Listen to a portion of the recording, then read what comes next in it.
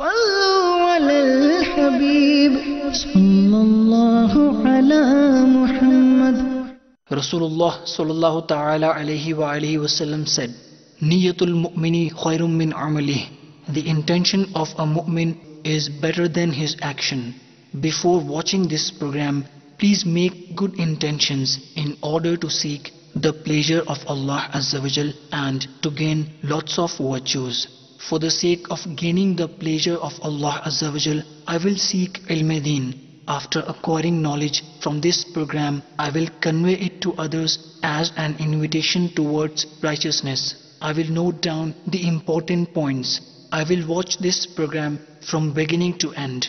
Insha'Allah Azza wa Jal. یا رسول اللہ تیرے چاہنے والوں کی خیر الصلاۃ والسلام علیک یا رسول اللہ الصلاۃ والسلام علیک یا حبیب اللہ.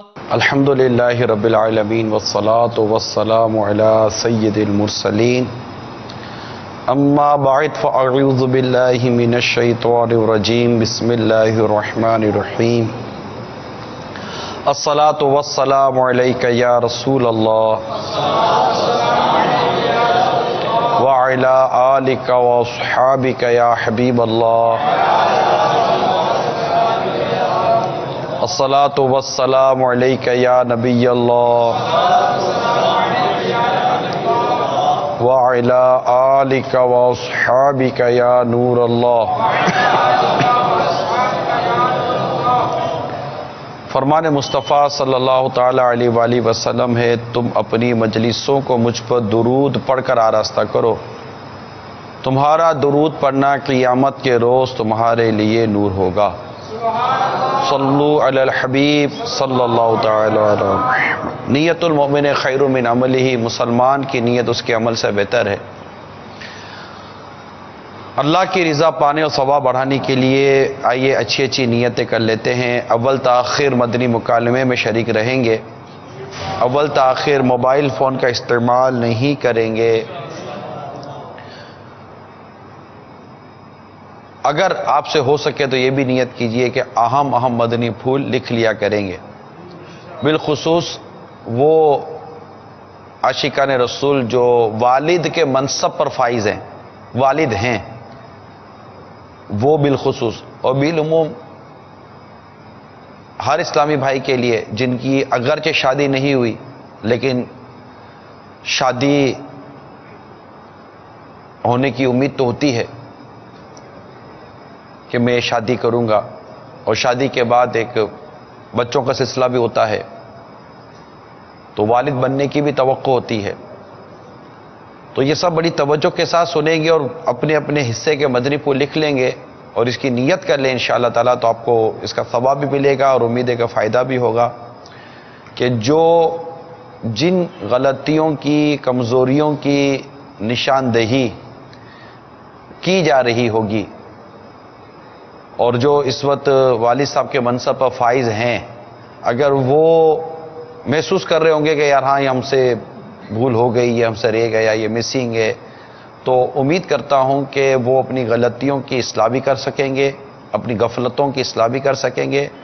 اور جو ابھی تک شادی شدہ نہیں ہیں یا والد صاحب کے منصب پر ابھی فائز نہیں ہوئے اور صاحب اولاد نہیں ہیں، تو وہ پہلے سے ان کی پریپریشن ہو جائے گی، پہلے سے ذہنی طور پر ان کی تیاری ہو جائے گی کہ اچھا ہمارے یہاں مجھے اگر اولاد نصیب ہوئی تو میری ذمہ داری یہ ہے. اس کا کچھ نہ کچھ احاطہ، یعنی کچھ نہ کچھ اس کا حصہ بیان کرنے کی آج کے سلسلے میں کوشش کی جائے گی.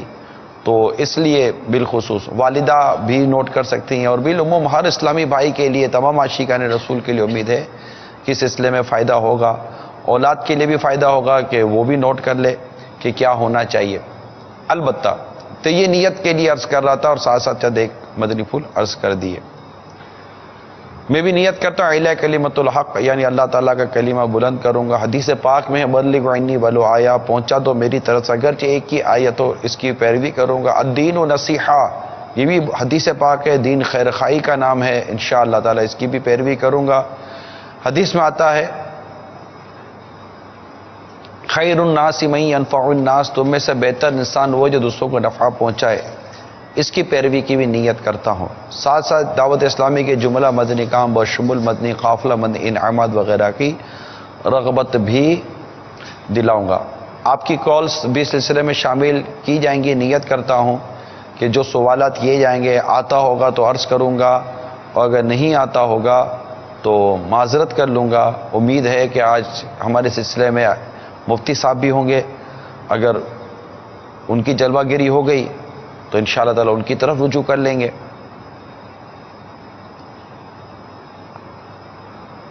آج کے سلسلہ یا اس سے پہلے کہ اگر کوئی سلسلے ہمارے گزرے یا آئندہ جب بھی بھول کرتا پائیں فوراً میری اصلاح فرمائیں۔ مجھے آئیں بائیں شائیں کرتا اپنے موقف بلا وجہ ارتانی شکریہ کے ساتھ رجوع کرتا پائیں گے۔ صلو علی الحبیب صلی اللہ تعالی علی محمد۔ مدنی چینل کے ناظرین، ہمارا آج کا جو موضوع ہے وہ ہے والد کی ذمہ داری، اور یہ اپنی نوعیت کا بہت ہی اہم ترین موضوع ہے۔ اس سے پہلے کہ آپ کی کالس لوں، ایک والد صاحب نے اپنا ایک بیان دیا ہے، اور یہ کہہ کر دیا ہے کہ میں یہ بیان اس لیے دے رہا ہوں کہ تاکہ جو والد ہیں، باپ ہیں، وہ میری اس بات کو سنیں، سمجھیں اور ہو سکے تو اس پر عمل کریں۔ انہوں نے اپنی اولاد کی پرورش کا حال بیان کیا ہے۔ ان کی سوچ یہ تھی، والد صاحب کی جنہوں نے بیان دیا ہے، ان کی سوچ یہ تھی کہ بیٹے کو رعب اور سختی اور ایک انتہائی سنجیدگی کے ساتھ اس کی میں پرورش کروں۔ اس پر وہ اپنے بیٹے کی پرورش کرتا رہا۔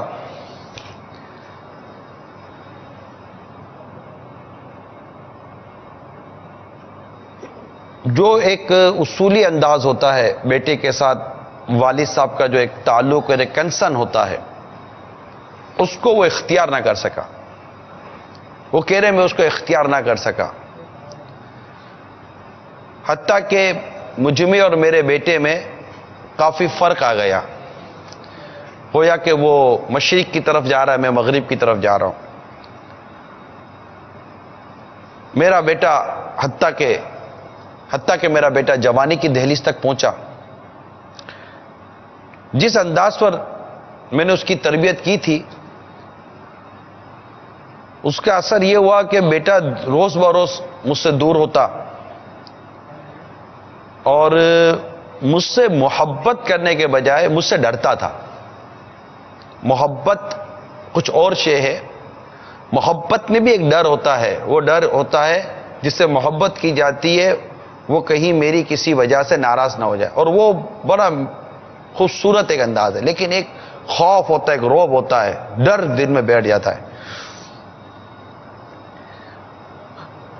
نتیجہ یہ نکلتا تھا کہ وہ مجھ سے بات چیت کرتے ہوئے ڈرتا تھا، گھبراتا تھا۔ اس کو یہ ڈر تھا کہ میں جب بھی کوئی بات کروں گا تو مجھے جلی کٹی سننی پڑے گی، میرے والد صاحب سب کے سامنے میرا مذاق اڑائیں گے اور میری بات کو اہمیت نہیں دیں گے۔ اس طرح کا مطلب اسے ایک مجھ سے خوف ہو گیا تھا کہ اس سے میرا یہ مزاج دیکھا تھا کہ میں اس کی بات کو اہمیت نہیں دیتا تھا۔ جب کوئی بات کرتا تھا تو اب بچے جیسی باتیں مت کیا کرو، چپ ہو جاؤ، تمہیں بات کرنے کا ڈھنگ نہیں ہے، بے وقوف ہو، اس طرح میں اس کو کہتا رہتا تھا، اور اسے کبھی میں نے کوئی اہمیت نہیں دی میرے بیٹے کو۔ اس وجہ اس کی واضح تھی کہ کبھی مطلب مجھے پتہ ہی نہیں تھا کہ بیٹے کی پرورش کیسے کی جاتی ہے، اولاد کی پرورش کیسے کی جاتی ہے، ایک والد کی صحیح معنوں میں ذمہ داری کیا ہوتی ہے، اس کا مجھے اندازہ نہیں تھا۔ آہستہ آہستہ اس میں ایک احساس کمتری پیدا بھی ہونے لگا، صلاحیتیں اس کی دم توڑنے لگی۔ جب میری عمر بڑی ہوئی اور اب بیٹا بھی جوان ہوا، کاروبار تھا میرا، ہر باپ کی طرح میری بھی یہ خواہش تھی کہ میرا بیٹا میرے کاروبار کو سنبھالے، تو میں نے اسے اپنی آفس جو میرا کاروبار تھا اس کی ذمہ داری سونپی۔ اب جیسے اس کی پرورش، جیسا اس کا انداز، جیسی میں نے اس کی تربیت کی کہ وہ کانفیڈنس تھا ہی نہیں، اس میں اعتماد تھا ہی نہیں۔ نتیجہ یہ نکلا کہ اس سے میرے کہنے پر سیٹ سنبھال تو لی، مگر اس کو کاروبار کرنے کا نہ ڈھنگ آیا اور وہ غلط فیصلے کرنے لگا۔ عجیب و غریب قسم کی اس کی کیفیت تھی، بات چیت کا اس کو ڈھنگ نہیں تھا، میل ملاپ کا اس کو ڈھنگ نہیں تھا، طور طریقہ، تمیزداری وغیرہ وغیرہ کوئی ایسا اس کو تھا ہی نہیں، ایک اپنا انداز تھا، الگ زندگی گزار رہا تھا وہ۔ نتیجہ نکلا کہ میری آفس، میرا کاروبار دن بدن نقصان کا منہ دیکھنے لگا، اور آہستہ آہستہ میرا کاروبار ٹھپ ہو گیا۔ میرا بچہ اب اس منزل سے باہر چلا گیا جہاں اب میں اس کو بدل سکتا ہوں یا میں اس کی تربیت کر سکتا ہوں۔ نہ میرا بیٹا میرے دین میں میرے کسی کام کا رہا، نہ میرے اخروی معاملے میرے کام کا رہا، نہ دنیا میں میرے معاملے میں کسی کام کا رہا۔ اور میں اس بات کا اعتراف کرتا ہوں کہ میں اپنے بیٹے کی، اپنی اولاد کی تربیت نہ کر سکا اور میں اپنی ذمہ داری پوری نہ کر سکا۔ میں اس کا اعتراف کرتا ہوں کہ میں ایک ایسا باپ ہوں جس سے اپنی ذمہ داری پوری نہیں کی اور اپنی ذمہ داری نہیں نبھا سکا، اور جیسا دھیان دینا چاہیے تھا ویسا میں نے اپنی اولاد پہ دھیان نہیں دیا۔ باپ کہتے ہیں کہ میں اپنی داستان جو سنانا چاہتا ہوں، اس کی وجہ یہ کہ میں نہیں چاہتا کہ دوسرے والد کو بھی وہی کڑوا گھونٹ پینا پڑے جو مجھے پینا پڑا۔ میں چاہوں گا کہ کوئی بھی باپ اپنے بیٹے کے ساتھ بے اعتنائی، جس کو لاپرواہی کہتے ہیں، ایک اگنورنس کہتے ہیں، نظر انداز کرنا کہتے ہیں، ایسے کوئی چیز نہ کرے کہ اولاد یہ ایک والدین کے لیے، باپ کے لیے ایک نعمت، بہت بڑی نعمت ہے، اور وہ اس کا سہارا بنتا ہے۔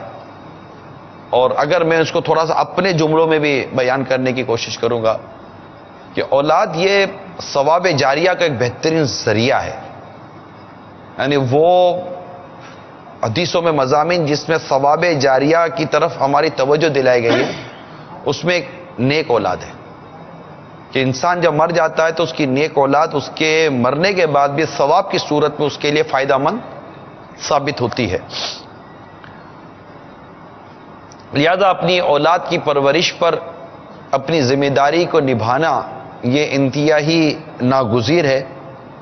اپنے بیٹے کی نقل و حرکت پر اور شروع سے لے کر آخر تک اس کی تعلیم، اس کی تربیت، اس کی ذہنی تربیت، اس کی جسمانی تربیت، اس کی روحانی تربیت، ان تمام تر تربیتوں پر اس کو توجہ دینی چاہیے۔ ہمارا آج کا موضوع والد کی ذمہ داری ہے، تو یہ ایک مختصر سا ایک والد کی اپنی آپ بیتی جو والد نے ہی یہ کہہ کر بیان دیا کہ میں چاہتا ہوں کہ میری اس جو واقعہ ہوا اسے دوسرے عبرت حاصل کرے، تو یہ آپ کو بیان کرنے کی میں نے کوشش کی ہے۔ میں چاہوں گا کہ آپ کو شروع میں وہ عوامی تاثرات، یعنی ہمارے اسلامی بھائی نے معاشرے میں رہنے والے چند ایک لوگوں سے رابطہ کیا، اور شاید وہ والد ہی ہوں گے، کہ ہم یہ دیکھنا چاہتے ہیں کہ عام عوام بیٹے کی تربیت، اولاد کی تربیت کے بارے میں اپنا کیا پوائنٹ آف ویو رکھتی ہے۔ پھر انشاءاللہ تعالی مفتی صاحب ہمارے ساتھ ہیں، تو مفتی صاحب سے ہم یہ سوال کریں گے کہ اولاد کی تربیت کی جب بات آتی ہے تو اس پر باپ کو سب سے پہلے کس طرح غور کرنا چاہیے، اور تربیت اولاد کا جو وقت ہے وہ شروع کب سے ہوتا ہے، یعنی باپ کی ذمہ داری کب سے شروع ہوتی ہے، کہ یہ باپ کی ذمہ داری کا وقت شروع ہو گیا. تو پہلے دیکھتے ہیں عوامی تاثرات. کافی ساری ذمہ داری ہوتی ہے ماں باپ کی. بیٹے کو سنبھالنا ہو گیا, بیٹے کی دیکھ بھال ہو گئی, جو ہر چیز کو نوٹ کی جاتی ہے. دیکھا جاتا ہے بچوں کو کیا کرنا ہے, کس فیلڈ میں ڈالنا ہے, کیا کام کروانا ہے. بہت سے نبھا لیتے ہیں, بہت سے نہیں نبھا پاتے. بہت سے بچوں کو تعلیم نہیں دیتے آتے اپنے ماں باپ بچوں کو. بہت سے بچے اپنے سیٹ رہتے ہیں, بہت سے ایسے آوارہ گھومتے رہتے ہیں. سب کے اپنے اپنے اوپر ہوتی ہے. ماں باپ تھوڑے پریشان بھی ہوتے ہیں کیونکہ حالات ایسے چل رہے ہیں. آج کل کے دور میں تعلیم لازمی ہے. کچھ ہو نہ ہو تعلیم لازمی ہو بچے کی. تعلیم سے بچے آگے چلتا ہے. میرا بھی ایک بیٹا ہے, میں بھی دیکھتا ہوں, حالات کو دیکھتا ہوں, ہر چیز کو نوٹ کرتا ہوں. مگر کیا کریں, آج کل کاروبار اتنا کمزور ہوا ہوا ہے تو ایک ٹائم کا کھانا صحیح طرح سے نہیں چلتا. آج کا باپ جو ہے نا وہ سب کچھ کرنا چاہ رہا ہے مگر ہو نہیں پا رہا ہے, کیونکہ حالات زمانہ نے اس کو اپنی لپیٹ میں لیا ہوا ہے. وہ سب کچھ کر رہا ہے, پیچھے ہمارے موبائل, نیٹ, کمپیوٹر, اس نے بچوں کو تھوڑا بگاڑ دیا ہے. تھوڑا نہیں, بہت حد تک بگاڑ دیا ہے. تو اس سے معاشرے کے اندر بڑی خرابی پیدا ہو گئی ہے. باپ دلا رہا ہے اس لیے دلا رہا ہے کہ وہ پھنسا ہوا اس معاشرے کے اندر. اگر وہ نہیں دلاتا تو بچے خفا ہوتے ہیں اس بات پہ, بہت برا ہو جاتا ہے. وجہ یہ ہے کہ دین کی طرف مائل نہیں کر پا رہا, دنیا کی طرف مائل کر رہا ہے. اس کی وجہ ہے کہ وہ اس کو خود دین کے بارے میں علم نہیں ہے. اچھا ماحول اپنانے کا تو اس کے اندر انشاءاللہ تبدیلی آ جائے گی. جو اپنی تبدیلی آئے گی تو خود بخود اولاد کیا پورے خاندان میں تبدیلی آنا شروع ہو جائے گی گھر کے اندر. والد کی بہت ساری رسپانسبلٹیز ہوتی ہیں بچوں کی ایجوکیشن سے لے کے ان کی اچھی پرورش, اسلامی خاص طور پہ جو ہمارا ماحول ہے, جو کلچر ہے, اس کو ان کو اسلامی تعلیم بھی دی جائے. میری بھی ایک بیٹی ماشاءاللہ سے 3 سال کی, ہم اس کو ایک ابھی اسلامی تعلیم بھی دے رہے ہیں, ساتھ ساتھ جو کلمہ وغیرہ جو سٹارٹ جو ہوتا ہے وہ دے رہے ہیں, اور پھر اس کے بعد اسکول کی بھی ایجوکیشن ہوتی ہے. لیکن ضروری جو مین جو آپ ہے وہ آپ کا گھر کا ماحول ہے. جو اگر آپ اپنے بچے کو گھر کا اچھا ماحول دیں گے اور آپ اس کو اچھی پرورش دیں گے تو وہ آپ کے لیے آگے بھی آپ کے لیے, چاہے وہ دنیاوی ہو یا دینی لحاظ سے, وہ آپ دونوں آپ کے لیے بینیفٹ ہی ہے. آخرت میں جو ہے آپ کے مغفرت کا بھی ذریعہ بنے اور دنیا میں بھی اس قابل ہو کہ وہ آپ کو جو ہے اپنی خود ہی یعنی کہ اسٹیبلش ہو کہ اپنے آپ کو فائٹ کر سکے اس وقت جو دور ہے, چاہے وہ لڑکی ہو چاہے وہ لڑکا ہو. مطلب مین چیز ایجوکیشن ہے کہ آپ اس کو ایجوکیشن دیں اچھی, چاہے وہ دینی ہو دنیاوی دونوں. ہم لوگ وہ ٹائم نہیں دے پاتے اپنے بچوں کو جو ان کو دینا چاہیے. جیسے جاب پہ کوئی بندہ ہے, وہ صبح سے شام تک گیا ہوا ہے, پھر وہ آ رہا ہے واپس, تو وہ اس کو ایٹ لیسٹ ان کو اپنے بچوں کو خود ٹائم دینا چاہیے. یہ نہیں کہ آپ کوچنگ میں ڈال دیا, نرسریز میں ڈال دیا, تو اس سے آپ کی رسپانسبلٹی پوری نہیں ہوتی میری نظر میں. ان کی رسپانسبلٹی یہ ہے کہ آپ بچوں کو خود بٹھا کے تعلیم دیں, خود ان کو دیکھیں, نظر رکھیں. گھر کا سسٹم ہی والد کے اوپر چل رہا ہے. گھر میں تمام کھانا پینا, یوٹیلیٹی بل, بچوں کی ایجوکیشن, کپڑا, اور پوری ذمہ داری باپ کی چل رہی ہے اور باپ ہی کر رہا ہے. آج کل پہلے سے زیادہ مشقت بڑھ گئی ہے باپ کی آج کل کے دور میں, اور پہلے سے زیادہ ذمہ داریاں بڑھ گئی ہیں اور باپ بہت پورے طریقے سے نبھا رہا ہے. یہ ہے کہ اس کی ورکنگ پہلے جو ہے نا 8 گھنٹے تھی تو ابھی 12 گھنٹے کام کر رہا ہے وہ. آج کل باپ کی ذمہ داری بہت بڑھ گئی ہے. پہلے زمانے میں موبائل فون نہیں تھے, کمپیوٹر نہیں تھا, ایجوکیشن میں اتنا پیسہ نہیں لگتا تھا جتنا آج کل لگ رہا ہے. باپ صبح سے لے کے رات کے 12 بجے تک کام کر رہا ہے اور پھر تھک ہار کے وہ گھر پہنچتا ہے اور پھر اس کے دوسرے دن سے پھر دوبارہ ذمہ داری شروع ہو جاتی ہے. اور ایکسٹرا تو کچھ ہے ہی نہیں آج کل. بچے جو چاروں طرف دیکھ رہے ہیں تو وہ بچے بولیں گے سب ضرورت ہے, یہ ہمیں کمپیوٹر چاہیے, موبائل فون آ گیا وہ ضرورت ہے. کہ بچے کا معلوم پڑتا چلنا چاہیے کہ کراچی میں کس مقام پر ہے بچہ, وہ تو باپ اس کو موبائل بھی دلا رہا ہے, اس میں بیلنس بھی ڈلا رہا ہے. تو باپ تو پوری کوشش میں لگا ہوا ہے, اس نے اپنے آپ کو پورا بھرپور لگا دیا اپنے آپ کو اپنے گھر والوں کے لیے. پہلے کی نسبت ہمارے جو باپ گزرے ہیں انہوں نے بہت کم کام کیا ہے, جو آج کل باپ کام کر رہے ہیں بہت زیادہ کر رہے ہیں. والد کی ذمہ داری جو ہوتی ہے نا, وہ بچوں کو اچھے سے اچھی تربیت دے, اور اچھی تربیت جب ملے گی, یہ جب کیا نام ہے اسکول تو ہے ہی اپنی جگہ, اور دین سے بھی جوڑ کے رکھے. جب دین سے جوڑ کے رکھے گے نا تو سارے مسئلے آٹومیٹک صحیح ہوں گے. اور بچوں کو یہ بھی بتانا چاہیے کہ بھائی نماز پڑھو, یہ روزے رکھو. دین سے جڑا رہے گا تو سارے مسئلے حل ہوں گے, اور دین سے نہیں جڑے گا تو بھلے وہ باپ کتنا ہی پیسہ کماتا ہو, خیر و برکت نہیں آئے گی. پیسے میں خیر و برکت نہیں آئے گی. وہ کیوں نہیں آئے گی خیر و برکت؟ کیونکہ اللہ سے تو ان کا رابطہ ہے ہی نہیں. بس وہ تو بولے میں محنت کر رہا ہوں, میں خوب محنت کر کے کما رہا ہوں اور میرے بچوں کا سیٹ اپ لگا ہوا ہے, میرے بچے چل لیں. مگر اس سے نہیں چل رہے, وہ اللہ چلا رہا ہے اس کو. اگر اس کو اپنے بچوں کو اچھی کوالٹی دینا ہے, اچھا قابل بنانا ہے, معاشرے میں عزت اٹھانا ہے, دین سے جڑے. دین سے جڑے گا تو ایٹومیٹک ساری چیزیں اس کے پاس آئیں گی, ایٹومیٹک آئیں گی اس کے پاس. سب سے پہلے تو بچوں کی تعلیم تربیت ہوتی ہے, اس پہ توجہ دینی ہوتی ہے. اس سے بھی بڑھ کے جو ہے نا کہ ان کے پالنے کا مسئلہ ہوتا ہے. کچھ لوگ تو جو ہے نا کہ اپنے حساب سے جو ہے کہ اپنی آمدنی میں جو ہے کہ گزر بسر کر رہے ہیں. باپ اپنی طرف سے تو کوشش کر رہے ہیں لیکن حالات ایسے چل رہے ہیں. جیسے ایک بات ہے, میں رکشا ڈرائیور ہوں, ٹھیک ہے جی, روزگار کراچی کے حالات یا ملک کے حالات کبھی کیسے ہوتے ہیں, کبھی کس رخ پہ ہوتے ہیں, تو اس حساب سے روزی پہ بھی فرق پڑتا ہے. تو ظاہر سی بات ہے جو پھر ہمیں چیز اویل ہوگی ہم بچوں کو دیں گے کہ بھائی یہ ہے, یہ حاضر ہے, جو کچھ بھی ہے ہمارے پاس. ذمہ داری میں کوتاہی تو اپنی طرف سے کوئی بھی نہیں کرتا لیکن حالات کی وجہ سے ہو جاتی ہے. والد کی ذمہ داری یہی ہے کہ وہ اپنے بچے کی اچھی طرح تربیت کرے اور اسے اچھے برے کی تمیز سکھائے. اسلامک پوائنٹ سے بھی کوئی بھی ماں باپ میں نہیں سمجھتا کہ وہ نہیں چاہے گا کہ اس کے اولاد کی تربیت میں کوئی کمی آئے.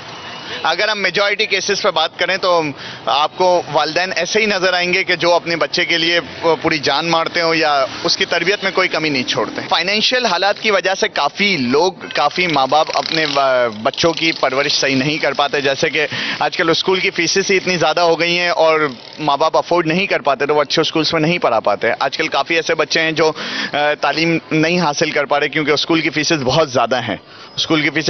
تو اس میں ماں باپ کا بھی قصور نہیں ہے. وہ فائنینشیل ہمارے اکانومک حالات ہیں, ایسے اکانومک کنڈیشنز ایسی ہو گئی ہیں جس کی وجہ سے ماں باپ بھی مجبور ہیں. حالات اور واقعات کی وجہ سے اگر پوری نہیں کر پاتے تو اس میں والدین کا کوئی قصور نہیں.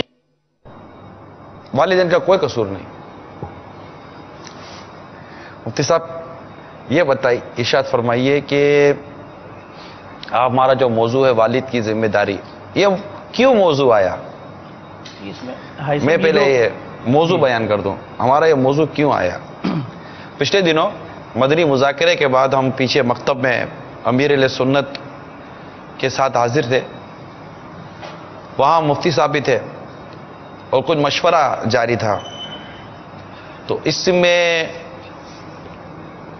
قاعدگی, بے قاعدگی اور تربیت اور ذمہ داری پر مفتی صاحب کے مدنی پھول ہمیں مل رہے تھے. اسی میں مفتی صاحب نے والد کی ذمہ داری پر کچھ کلام فرمانا شروع کیا اور بعض کتابوں کے حوالے دیے. اب میں بیٹھا ان کی مدنی پھول سن رہا تھا, یا بولو سونگ رہا تھا. مہک بڑی پیاری تھی اس کی, اللہ قبول کرنے کا جذبہ نصیب فرمائے. وہ اس رات ہی ذہن بنا کہ اس پر ایک سلسلہ کریں گے کہ والد کی ذمہ داری کیا ہوتی ہے. پھر مفتی صاحب کو کال کی, ان سے بات ہوئی کہ آپ نے جو اس دن مدنی پھول دیے تھے, اب ہم مکتب میں 4 اسلامی بھائی موجود تھے, تو پھر آئیں اور سلسلے میں باقاعدہ بات کریں, اور جب قاعدگی اور بے قاعدگی پر آپ نے کلام فرمایا تو باقاعدہ آپ کلام کریں اور امت تک پہنچائیں کہ والد کی ذمہ داری کیا ہوتی ہے. مفتی صاحب بتائیے والد کی ذمہ داری کیا ہوتی ہے. بسم اللہ الرحمن الرحیم, الحمدللہ رب العالمین والصلاة والسلام علی سید الانبیاء والمرسلین. یہ جو سلسلہ کا موضوع کا تو آپ نے تعارف کرا دیا کہ وہ کیوں اس کا چناؤ ہوا. پھر تاثرات بھی جو عام طور پر جو حضرات تھے ان کے چلے, اس میں غور کرنے کی بات یہ تھی کہ تربیت کا لفظ, والدین کی ذمہ داری کا لفظ اور دین سے جڑنے کی بات یہ تو سب نے کی ہے, لیکن یہ کہ دین سے جڑنا کیسے جڑا جاتا ہے دین سے, اور والدین جو بچوں کی تربیت کا جو خاکہ کھینچ رہے تھے اس کے اندر تقریباً 90% باتیں, یہ جو 5-6 آپ نے کلپس چلائے, اس کے اندر دنیا ہی دنیا تھی. مثال کے طور پہ ایک باپ یہ تو کہہ رہا ہے کہ میں باپ ہوں, بچوں کا باپ ہوں, دوسرے بھی کہتے ہیں بھائی تم بچوں کے باپ بن گئے, بچوں والے ہو, کچھ عقل کرو, سمجھ کرو, کماؤ, اپنے گھر کو سنبھالو, بچوں کی فکر کرو. یہ الفاظ تو ہمارے معاشرے میں عام طور پر بولے جاتے ہیں. اسی طرح کی کلپس کے اندر یہ گفتگو لوگ کر رہے تھے جب ان سے تاثرات لیے. لیکن اس کا مطلب یہ ہوتا ہے کہ بچوں کا کھلانا, پلانا, پہننا, ان کی رہائش کا بندوبست, تعلیم, اور تعلیم کا جو مفہوم ہمارے ذہنوں میں آتا ہے وہ دنیاوی تعلیم, اور صحت کا معاملہ کہ انہیں بیماری سے بچانا ہے, بیمار ہو جائیں تو ڈاکٹر کے پاس جانا ہے, اتنا کمانا ہے کہ یہ ساری جو ضروریات زندگی ہیں, دنیا کی جو سمجھ ہے اور دنیا کے اندر جو رہنا ہے, یہ ہم ایک اچھے انداز کے اندر بچوں کو, اپنے گھر والوں کو فراہم کر سکیں. لیکن اس کے آگے جہاں سے دین کا آغاز ہوتا ہے, اور جس کے لیے آپ نے یہ مکالمہ رکھا ہے بنیادی طور پر کہ والدین کی ذمہ داری کا مطلب یہاں صرف دنیاوی ذمہ داریاں نہیں ہیں, ان کے رہن سہن, لباس کا مسئلہ, کھانے پینے, دنیاوی تعلیم کا مسئلہ, دنیاوی مستقبل کا مسئلہ, صرف یہ نہیں ہے. دین اس سے بہت زیادہ وسعت رکھتا ہے. دین کی معلومات, دین کا فہم اور دین کی جو بنیادی تعلیمات ہیں, جیسا قرآن و حدیث ہمیں چاہتا ہے دیکھنا وہ مسلمان کیسے ہوتے تھے اور مسلمان بچے کیسے ہوتے تھے اور ان کے والدین جو تربیت کرتے تھے وہ کیسے تربیت کیا کرتے تھے، یہ سارا ابھی تک سامنے نہیں آیا. چونکہ آغاز ہے، اس حوالے سے ایک بات تو یہ بھی ذہن میں آتی ہے کہ والدین کو خود صحیح معنوں میں شعور نہیں ہے کہ بچوں کی تربیت کیسے کرنی ہے، اس لیے کہ وہ بھی کبھی بچے تھے، ان کے والدین نے ان کی تربیت نہیں کی. تو جو خود تربیت یافتہ نہیں ہوتا وہ دوسرے کی تربیت نہیں کر سکتا. جس کے ذہن کے اندر وہ باتیں بٹھائی نہیں گئی، دین کا فہم اس کے ذہن میں انڈیلا نہیں گیا، قرآنی مقاصد اس کو پتہ نہیں ہے، احادیث مبارکہ کبھی نہ اس نے پڑھی نہ سمجھی، اس کے محاسن کی طرف اس کی نگاہ نہیں ہے. ارشادات ائمہ، قرآن اور حدیث سمجھنے والے جو علماء کرام تھے، ہمارے ائمہ تھے، انہوں نے دین بہت آسان کر کے ہمارے سامنے بیان کیا، لیکن کتابیں پڑھنے کی فرصت نہیں. تو چونکہ ہماری یعنی نسلوں کی بگاڑ کا مسئلہ ہو گیا، یعنی والدین جو ہے جن کو ہم لے کر بیٹھ رہے ہیں کہ والدین کی ذمہ داری کیا ہے، وہ اپنی ذمہ داری دینی اعتبار سے کیسے پورا کریں، اپنے بچوں کو ایک باعمل مسلمان، سچا مسلمان، عاشق رسول کیسے بنائیں، متقی پرہیزگار زندگی گزارنے کا کیسے درس دیں، تعلیم و تربیت کے کیا مراحل ہوتے ہیں، اس کے بارے میں کیا سوچ و بچار ہوتی ہے. یہ ساری گفتگو تو بھی یعنی یہ ایک وہ ہے کہ اس کو تسلسل کے ساتھ چلانا چاہیے، لیکن فی الحال اس پر غور کرنا چاہیے کہ والدین کی ایسی حالت کیوں ہو گئی کہ والدین کے دماغ میں دین کی باتیں نہیں آ رہی. دین کہتے کسے ہیں، دین کا فہم کیا ہے، قرآنی مقاصد کیا ہیں، کن نظریات کے مطابق خود زندگی گزارنی ہے، دین سے کیسے جڑا جاتا ہے. یہ باتیں انہیں یعنی صحیح معنوں میں جیسا اس کا مفہوم ان کے ذہنوں میں ہونا چاہیے تھا وہ نہیں ہے. جی والد صاحبان، آپ کے ذہن میں کیا یہ مفہوم نہیں ہے؟ اگر آپ کے ذہن میں یہ مفہوم ہے تو بیان کیجئے کہ آپ کے ذہن میں دین سیکھنے، سمجھنے اور سکھانے کا کیا مفہوم ہے. جی یعنی اس میں یہ ہے سب کہ ایک تو سارے بچے، آج کل کے بچے اسکول کے اندر پروان چڑھنے والے بھی جو اسکول نہیں جا پاتے وہ بھی گھروں کے اندر، چاہے وہ شہروں کا ماحول ہو، دیہاتوں کا ہو، میڈیا کے اعتبار سے پھر وہ ایک پورا یعنی جو دنیا گلوب بن گئی ہے، ہر چیز چاہے وہ گاؤں دیہاتوں کے بچے ہوں یا ان کے والدین ہوں، ان کے ذہن میں بھی وہی نظریات پنپ رہے ہیں اور وہی خواہشات دل کے اندر جنم لے رہی ہیں جو ایک شہر میں بسنے والے. تو کیا شہری زندگی ہے یا دیہی زندگی ہے، اسکول جانے والا بچہ ہے یا نہیں جانے والا بچہ، کوئی کام کاج سیکھنے والا ہے یا نہیں سیکھنے والا، امیر ہے یا غریب، اس کی ساری جو توجہات کا مرکز ہے وہ یہ دنیاوی آسائشیں ہیں. جیسے کلپس کے اندر بھی یہ محسوس ہوا اور عام طور پر مشاہدہ ہے کہ بچے جو ہیں انہیں نماز کی، طہارت کی، جو ہے جھوٹ اور غیبت چغلی اس سے بچنے کی، دین کی طرف آنے کی، عقائد و نظریات کی، فقہی مسائل کی، دل کی پاکیزگی کی، یہ جو دین کی باتیں ہیں یہ سکھانے کا عام طور پر ماحول نہیں ہوتا. بچوں کو دیکھیے کہ بچوں میں نماز کا جذبہ نہیں ہوتا، بالغ ہونے کے بعد بھی نماز کے مسائل نہیں آتے، طہارت کے بنیادی مسائل نہیں آتے. ہم اسلاف کی زندگی دیکھیں اور جو ہمارے بزرگان دین مزارات میں چلے گئے، جن کے نام ہم پڑھتے ہیں، سنتے ہیں اور جن کے کلمات کو ہم دین کی باتیں کہتے ہیں، اگرچہ اس سے فیض نہیں اٹھا پاتے. ایک واقعہ امام محمد رحمۃ اللہ تعالی علیہ کا شامی میں مشہور و معروف کتاب ہے، فقہ کی کتاب، اس میں درج ہے کہ امام محمد جو ہیں وہ فقہ حنفی کے امام اعظم کے جو شاگرد ہیں ان کے اندر ممتاز حیثیت رکھتے ہیں. فقہ حنفی کو مرتب کیا، اس کو تحریر کیا، اس ذخیرے کو امت تک پہنچایا، اور ساری دنیا کے جو مسلمان ہیں آدھے سے زیادہ فقہ حنفی کو فالو کرتے ہیں.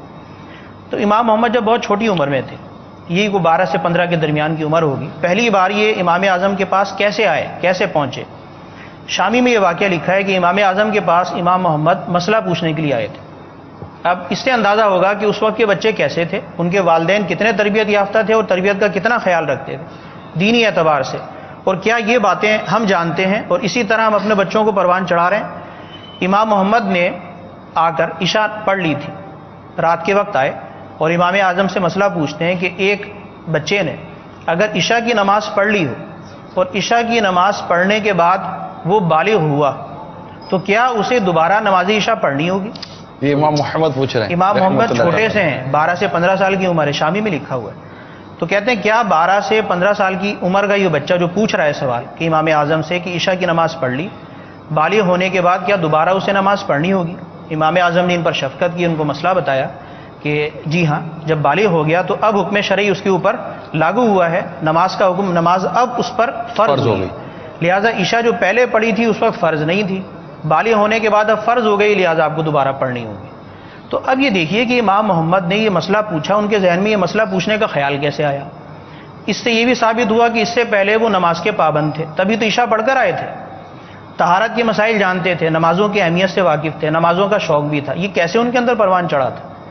اس کے بعد انہیں یہ خیال اور اللہ تعالیٰ کی بارگاہ میں پیش ہونے کا یہ خوف کھایا جا رہا ہے کہ کہیں میری ایک نماز قضا نہ ہو جائے. اس خیال سے وہ آ کر پوچھ رہے ہیں کہ عشاء تو میں نے پڑھ لی ہے, آج تک کے نماز کے مسئلے بھی آتے تھے, طہارت کے مسئلے بھی آتے تھے, نیا مسئلہ بھی یہ درپیش آیا ہے, مجھے یہ بتائیں کہ عشاء میں نے پڑھی ہے تو کیا دوبارہ پڑھنی ہوگی؟ تو دیکھیے, نماز کی پابندی کا بھی خیال, طہارت کا بھی خیال, اللہ تعالیٰ کا خوف بھی, قیامت کے دن حساب اور باری تعالیٰ کی بارگاہ میں کھڑے ہونے کا خوف بھی, کہیں نماز ایک بھی قضا نہ ہو جائے بلوغت کے بعد, اس کا خیال بھی. تو بچے ایسے ہوتے تھے. اس کے بعد وہ امام اعظم کی صحبت میں رہے اور امام محمد بنے, کہ جن کا نام ساری دنیا میں مشہور و معروف ہے. تو بچوں کا ایک تو یہ مزاج ہوتا ہے اور یہ پرورش کا انداز ہوتا ہے, اور ایسے تربیت یافتہ بچے ایسے دین دار اور دین پر عمل کرنے والے دکھائی دیتے ہیں. کیا آج کل کے بچے ایسے نظر آتے ہیں؟ اس پہ والد صاحب کا کیا مسئلہ ہے؟ تو بچے میں صلاحیت تھی, بات تم والد صاحب کی کر رہے ہیں, باقی آپ بچے کا. اصل میں بچہ یعنی جو تعمیر اور تربیت کا جو مرحلہ ہے, یعنی اس میں یہ بھی دیکھنا ہوتا ہے کہ مثال کے طور پہ صحبت سے لے لیں, آپ اور میں بیٹھے ہیں یہاں پر, اور بھی اسلامی بھائی شریک ہیں, جس طرح دینی موضوعات پر اور اس اہم موضوع پر جو ہے وہ گفتگو ہو رہی ہے, یہ ہماری صحبت ہے, علمی بیٹھک ہے, صحبت ہے, اچھا ماحول ہے. اس کا فائدہ یہ ہوتا ہے کہ آپ جو کچھ بیان فرما رہے ہیں اس کے اندر جو کام کی باتیں ہیں اور جو مجھے سیکھنی چاہیے, میں آپ سے مستفید ہو رہا ہوں. اسی طرح میں کچھ باتیں اگر سوچ کر آیا ہوں یا کچھ باتیں یہاں پر آ رہی ہیں دماغ کے اندر اور وہ بیان کر رہا ہوں, اس کے اندر اچھی باتوں سے آپ مستفید ہو رہے ہیں. عقل و شعور ہماری اس حد پر ہے کہ ہم اچھائی کو اچھائی اور برائی کو برائی سمجھ رہے ہیں, ایک دوسروں کا سے جو ہے وہ اثر قبول کر رہے ہیں. تو بزرگوں نے بھی لکھا ہے, علماء کرام نے بیانات کیے ہیں, صوفیہ نے لکھا ہے کہ صحبت کے اندر اگر افادہ اور استفادہ نہ ہو, افادہ یعنی فائدہ پہنچانا اور استفادہ فائدہ حاصل کرنا, اگر یہ نہ ہو تو صحبت بے فائدہ ہوتی ہے. اس طرح خواہ بیٹھک ہوتی ہے, ایک دوسرے کو دیکھنا ہو جاتا ہے, نہ میں نے آپ سے فائدہ اٹھایا نہ آپ نے مجھ سے اٹھایا, نہ میں نے آپ کو کچھ سکھایا نہ آپ نے مجھے کچھ سکھایا. بچے کو جب دیکھیں گے, آپ کا سوال یہ کہ بچے کا قصور ہے, والدین کا کیا قصور؟ تو بچہ جو ایک صاحب عقل و شعور رکھنے والا جو صاحب ہوتا ہے, بڑا ہوتا ہے, اس طرح کا اس میں احساس اور شعور نہیں ہوتا, اس کی عقل اتنی پختہ نہیں ہوتی. والدین کی یہ ذمہ داری ہوتی ہے کہ وہ پوچھے یا نہ پوچھے, اس نے کیا پوچھنا ہے اس کو تو یہ بھی نہیں پتا. والدین خود اس پر توجہ دیں, مسلسل نگرانی کریں, کس مرحلے پر, عمر کے کس حد پر جا کر اس پر کیسے مسائل سیکھنے چاہیے, کن چیزوں کی اسے نگرانی کرنی چاہیے, یہ ساری ذمہ داریاں والدین کی ہیں. اور یہ کہ بچے کا قصور ہے, والدین کا کیا قصور, یہ تو قرآنی حکم کی بھی بظاہر جو ہے وہ متصادم بات ہے. عام طور پر لوگوں کے ذہن میں یہ بات آ جاتی ہے, آپ نے تو ضرور یہ جو ہے وہ لوگوں کو سکھانے سمجھانے کے لیے بات پوچھی ہے. قرآن کریم کی واضح نص ہے, اللہ تعالیٰ کا ارشاد ہے, یا ایھا الذین آمنوا قوا انفسکم واہلیکم نارا وقودھا الناس والحجارہ, کہ اے ایمان والوں اپنی جانوں کو اور اپنے گھر والوں کو اس آگ سے بچاؤ جس کا ایندھن آدمی اور پتھر ہے.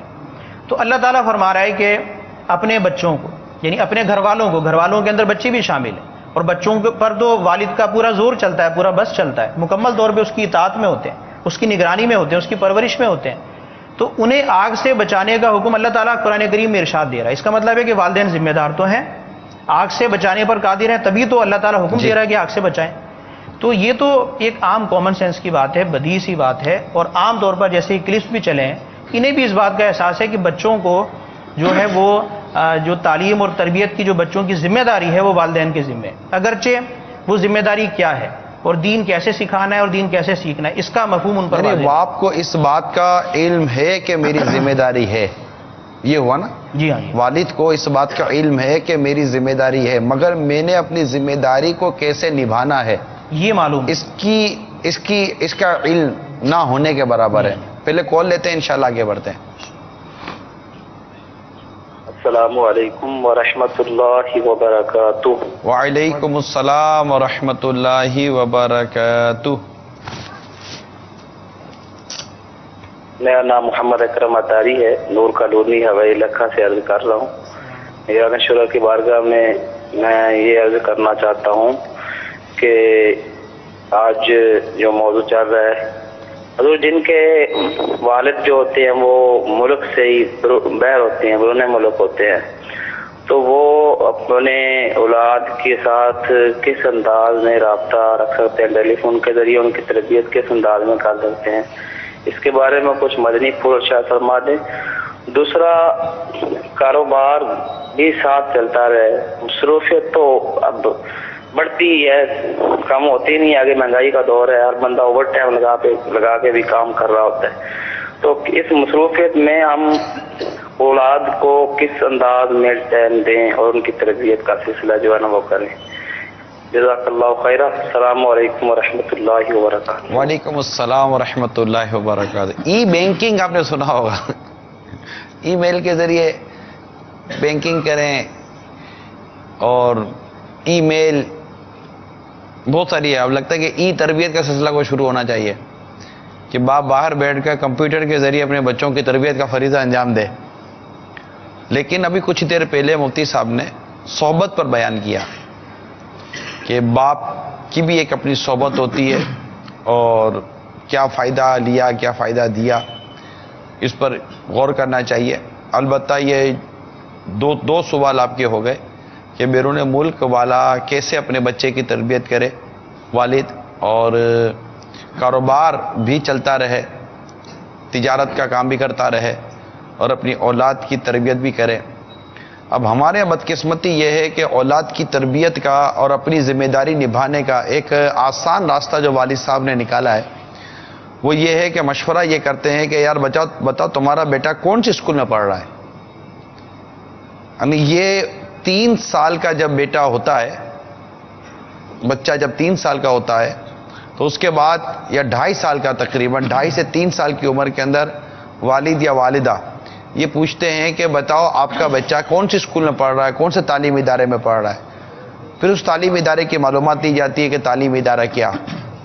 اب دیکھنا یہ ہے کہ وہ کون سا تعلیمی ادارہ ہے جہاں پر باپ اگر اپنی یا اولاد کو اگر جہاں پر داخل کروایا جائے تو یہ کہا جا سکتا ہے کہ والد نے اپنی ذمہ داری پوری کی. یعنی یہ ذمہ داری پوری کرنے کا ایک شعبہ ہوگا کہ اس کی تعلیم و تربیت تو وہ پوری کی یا نہیں کی, اور وہ کیا تھی یا کیا نہیں تھی.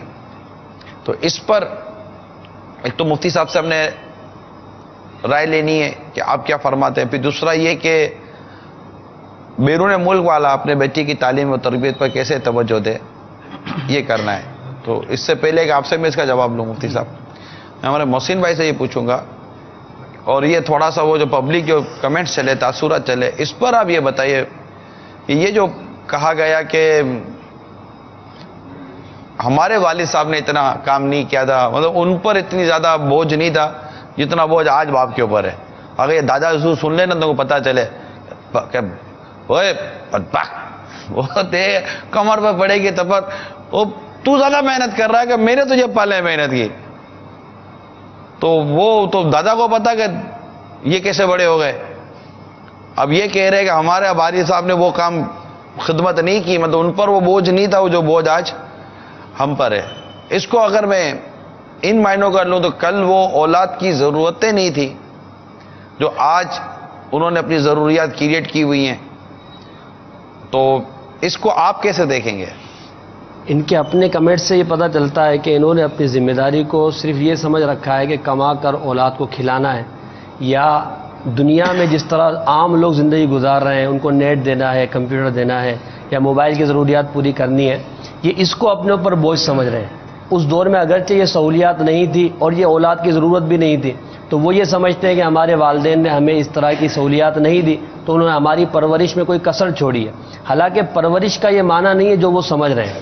پرورش کا مفہوم بہت زیادہ وسیع ہے. اگر ہم اس کو دیکھیں, اس کو ایک حکایت سے میں آپ کے سامنے بیان کروں گا. تنبیہ الغافلین میں امام فقیہ ابو الیث سمرقندی رحمۃ اللہ علیہ تحریر فرماتے ہیں کہ سمرقند میں ایک شخص امام ابو حفص رحمۃ اللہ علیہ کے پاس آیا اور آ کر کہنے لگا کہ میرے بیٹے نے مجھے مارا ہے. آپ نے فرمایا کہ بیٹا بھی کیا باپ کو مار سکتا ہے؟ بڑی حیرت ہوئی. انہوں نے کہا نہیں, ہاں میرے بیٹے نے مجھے مارا ہے. پھر آپ نے اس سے پوچھا اچھا یہ بتاؤ کیا تم نے اپنے بیٹے کو ادب سکھایا ہے؟ اس نے کہا نہیں. پھر آپ نے پوچھا کیا تم نے اپنے بیٹے کو علم سکھایا ہے؟ اس نے کہا نہیں. پھر آپ نے پوچھا کیا تم نے اپنے بیٹے کو قرآن سکھایا؟ اس نے کہا نہیں. یہ بات کر ہی رہا تھا.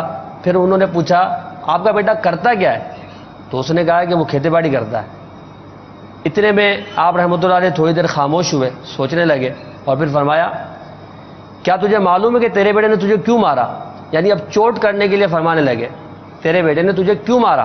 اس نے کہا نہیں, آپ فرمائیے. کہا کہ میرا خیال یہ ہے کہ شاید صبح کے وقت وہ اپنے گدھے پر بیٹھ کر جا رہا ہوگا اس کے آگے بیل ہوگا، پیچھے کتا ہوگا، اور وہ اپنی زبان سے کچھ گنگنا رہا ہوگا، راستے میں تم آ گئے ہوگے، وہ سمجھا ہوگا کہ گائے ہیں، تو اس نے تمہیں ایک چیز اٹھا کر مار دی ہوگی. تو یہ وجہ ہے کہ تم نے اپنے بیٹے کو ادب نہیں سکھایا، علم نہیں سکھایا. تو ہمارے یہاں پرورش کا جو مفہوم سمجھا جا رہا ہے وہ صرف رزق کو دینا ہے یا ان کی دنیاوی ضروریات کو پورا کرنا، جیسے مفتی صاحب نے فرمایا. حالانکہ ایسا نہیں. ہم اگر حضرت سیدنا عمر بن عبدالعزیز رحمۃ اللہ علیہ کی حیات کو دیکھیں تو ان کی زندگی بہت مصروف ترین تھی. ہماری زندگی کیا ہوگی؟ وہ خلیفہ تھے مگر اپنی اولاد کی تربیت کی طرف سے وہ غافل نہیں تھے. ان پر جتنے بوجھ تھے، ذمہ داریاں تھیں، وہ ہم پر نہیں ہے.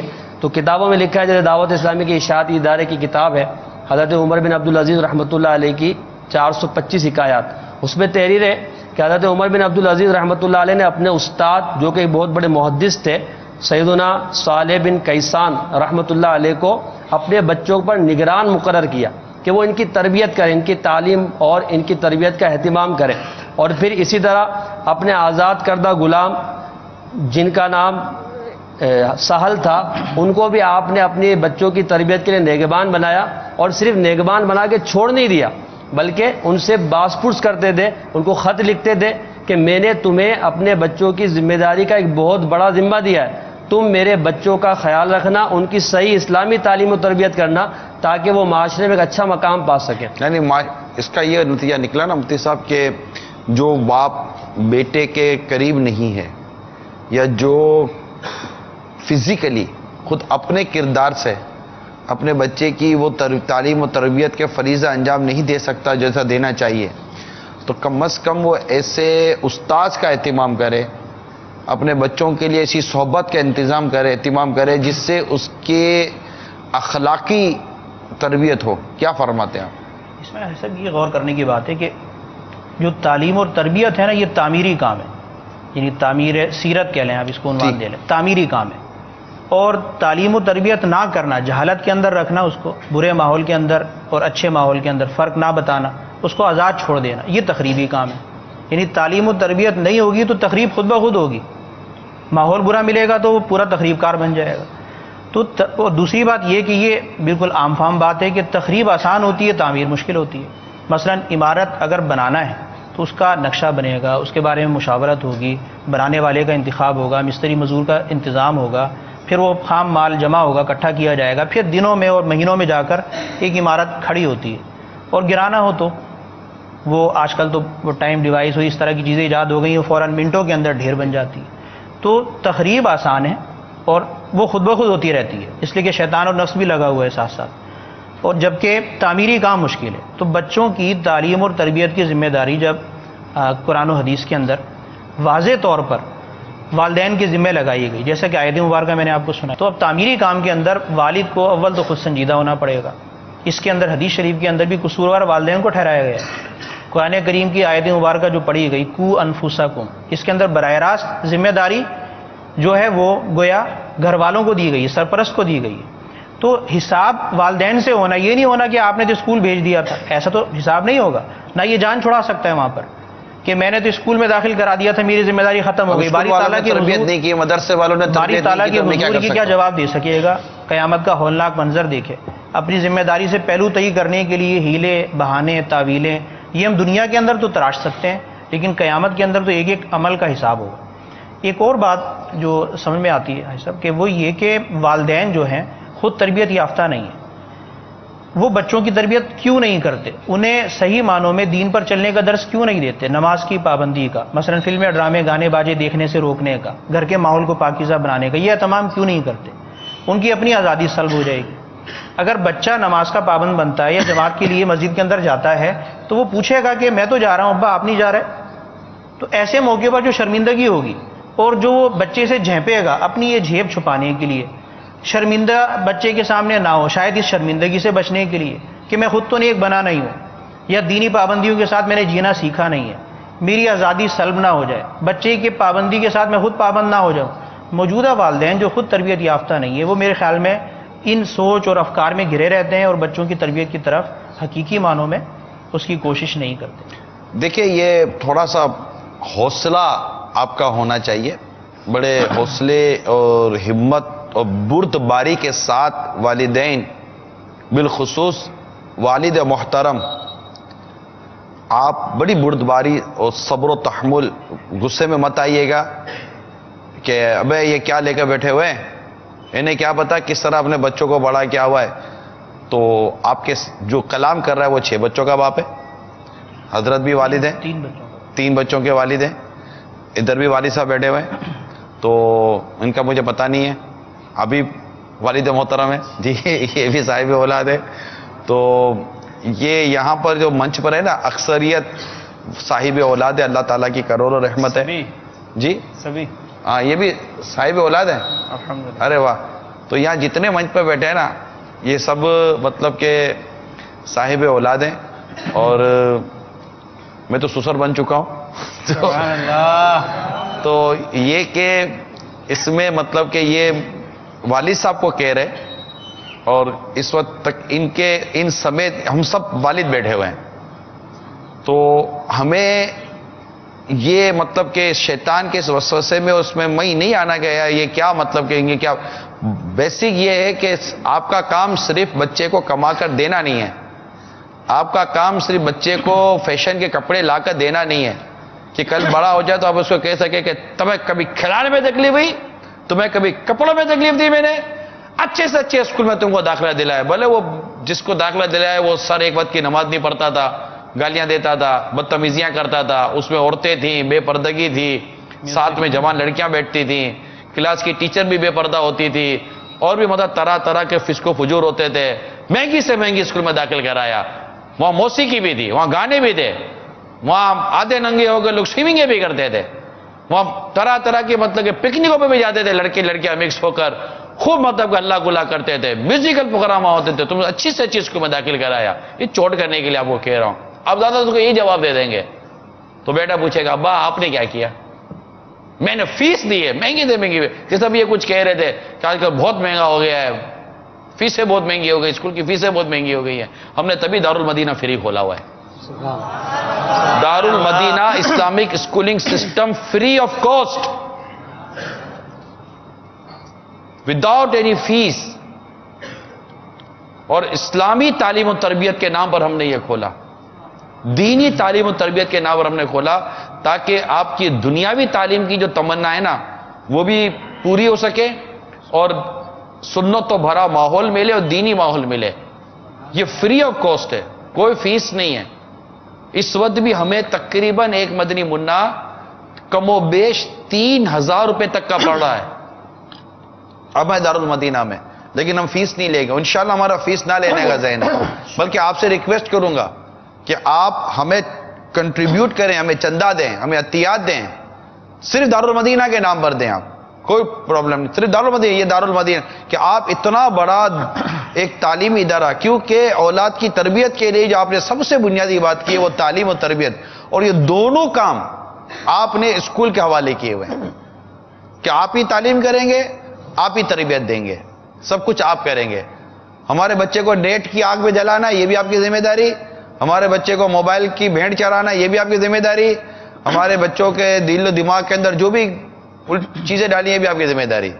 اسکولی جو نظام ہے، اسکولنگ سسٹم ہے، اس میں جو میجورٹی جو اسکولنگ سسٹم ہے، میں اس کی آپ کو صرف وہ ایک عکاسی کر رہا ہوں، کیونکہ اس وقت والد صاحب نے اپنی جو بنیادی ذمہ داری بنائی ہوئی ہے وہ اپنے شولڈر سے اتار کر کسی تیسرے شولڈر پر ڈال دی ہے، دوسرے کندھے پہ ڈال دی ہے کہ آپ کیجئے گا ہمارے بچوں کی تعلیم و تربیت. پھر وہ سالانہ یا ہر 4 ماہ میں پیرنٹس میٹنگ ہوتی ہے، اس میں آپ چلے گئے جناب آپ نے بہت بڑا وہ کارنامہ انجام دے دیا، وہاں پر پھر ٹیچر سے یہ بحث ہو رہی ہے، یہ بحث ہو رہی ہے، وہ کچھ بول رہے ہیں، وہ ہماری بے عزتی ہو گئی.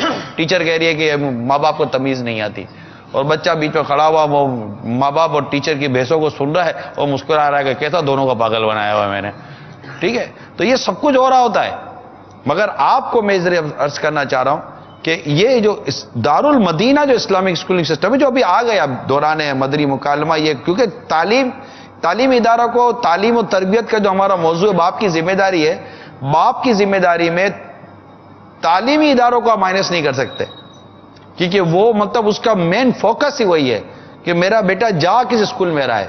تو آپ جس تعلیم اور جس تربیت کو اسلامی پوائنٹ آف ویو پہ دیکھنا چاہتے ہیں وہ دیکھنے کے لیے آپ کو دارالمدینہ میں ایک بار جا کے جھانکنا پڑے گا کہ جو تعلیم و تربیت جو کہی جا رہی ہے، دینی تعلیم و تربیت جس سے دنیاوی تعلیم بھی ساتھ ہے، وہ اگر کہیں لینی ہے تو اس کے لیے ایک رول ماڈل کے طور پر، ایک آئیڈیل کے طور پر اگر آپ کو میں ایک تعلیمی ادارہ بیان کروں گا، صرف اس لیے نہیں کہ تعلیمی ادارہ دعوت اسلامی کا ہے، ناٹ اونلی فار دس، صرف اس لیے نہیں، اس لیے کہ اس سے کھولنے میں ہم نے سنتوں کو، دینی تعلیمات کو، ائمہ کرام کے ارشادات کو، مفتیان کرام کے مشوروں کو جس طرح سامنے رکھا، پھر جو تعلیم چلاتے ہیں دنیاوی تعلیم، ان کے پروفیشنلز کو جو ساتھ رکھا، ان کو جو پورا ایک جوائنٹ وینچر بنا کر ہم نے ایک ادارہ اسٹیبلش کرنے کی کوشش کی.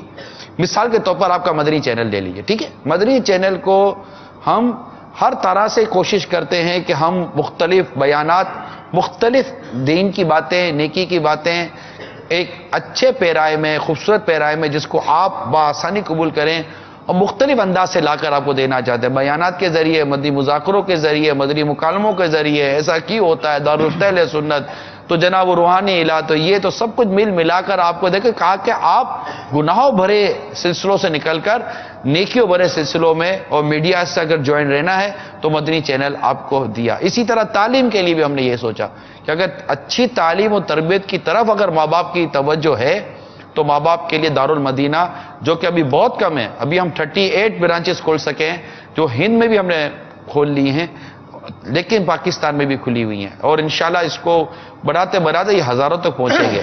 مگر ہمارا ویژن، اب آپ سمجھ سکتے ہیں کہ مہنگی تعلیم، مہنگی تعلیم، مہنگی تعلیم، 8,000 10,000 8,000 10,000 15,000 12,000، یہ ایک ایک بچے کا خرچہ اگر تعلیم کے نام پر ہے تو ڈیفینیٹلی کہ ہر باپ اس کو افورڈ نہیں کر سکتا. یہ میں آپ کے ساتھ ایگری کرتا ہوں. لہذا وہ مخیر حضرات جو اس بات کا درد رکھتے ہیں کہ اولاد کی تربیت کے لیے میری ذمہ داری ہے، یعنی باپ کی ذمہ داری ہے کہ اولاد کی تربیت کے لیے ایک اچھا سنتوں بھرا تعلیمی ادارہ ہو، اور وہ عام آدمی کا بچہ، عام آدمی کا بیٹا، غریب کا بیٹا ہو یا امیر کا بیٹا ہو، واٹ ایور، وہ اس ادارے میں پڑھ سکے تو دارالمدینہ ہے. آپ سے مدنی التجا کروں گا کہ آپ دارالمدینہ کے لیے کنٹریبیوشن کریں، آپ سالانہ عطیات دیں، اور جو آپ اس کے اندر اپنا حصہ ملا سکتے ہیں دارالمدینہ کے ملائیے.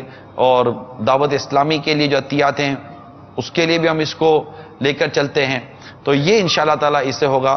مگر جب بھی کوئی عطیات دے اس نیت کے ساتھ دے کہ دعوت اسلامی آپ کے عطیات کو کسی بھی نیک و جائز کام میں خرچ کرنے کے کل اختیارات رکھتی ہے. لیکن اگر آپ چاہتے ہیں ڈائریکٹلی کہ میں دارالمدینہ کو ہی اسپانسر کروں تو آپ اس کے لیے ہمارے یہ جو ٹیلی فون نمبر ہے اس پر آپ SMS کر دیجئے کہ میرا یہ نام ہے، میرا یہ فون نمبر ہے، کائنڈلی مجھ سے آپ رابطہ کر لیجئے، میں دارالمدینہ کو اسپانسر کرنا چاہتا ہوں.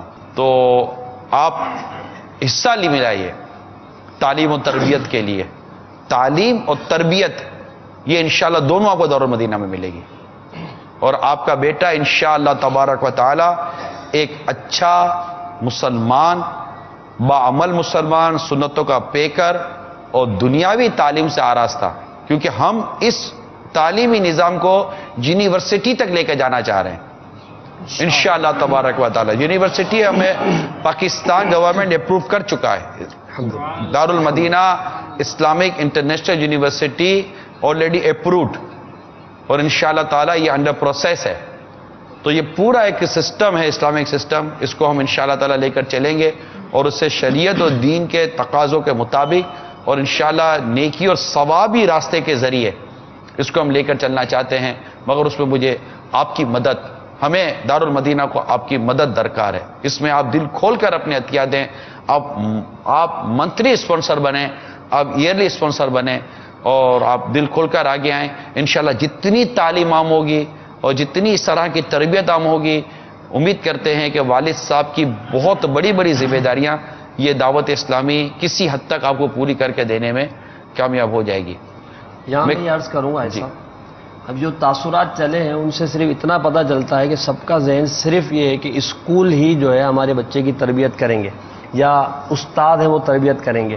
ایک والد کی صرف تعلیم و تربیت کے حوالے سے ذمہ داری نہیں بنتی، بلکہ اور بھی بہت ساری ذمہ داریاں بنتی جو اس کو کرنی چاہیے.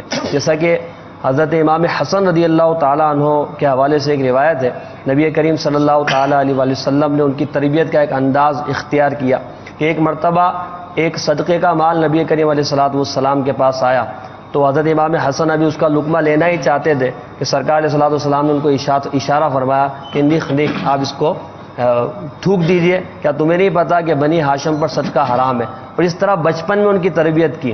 تو جہاں ہم وہاں تعلیم و تربیت یعنی اسکول اور مدرسے کے حوالے سے تربیت کا ایک ذہن رکھتے ہیں، وہاں اپنا بھی ذہن بنانا پڑے گا۔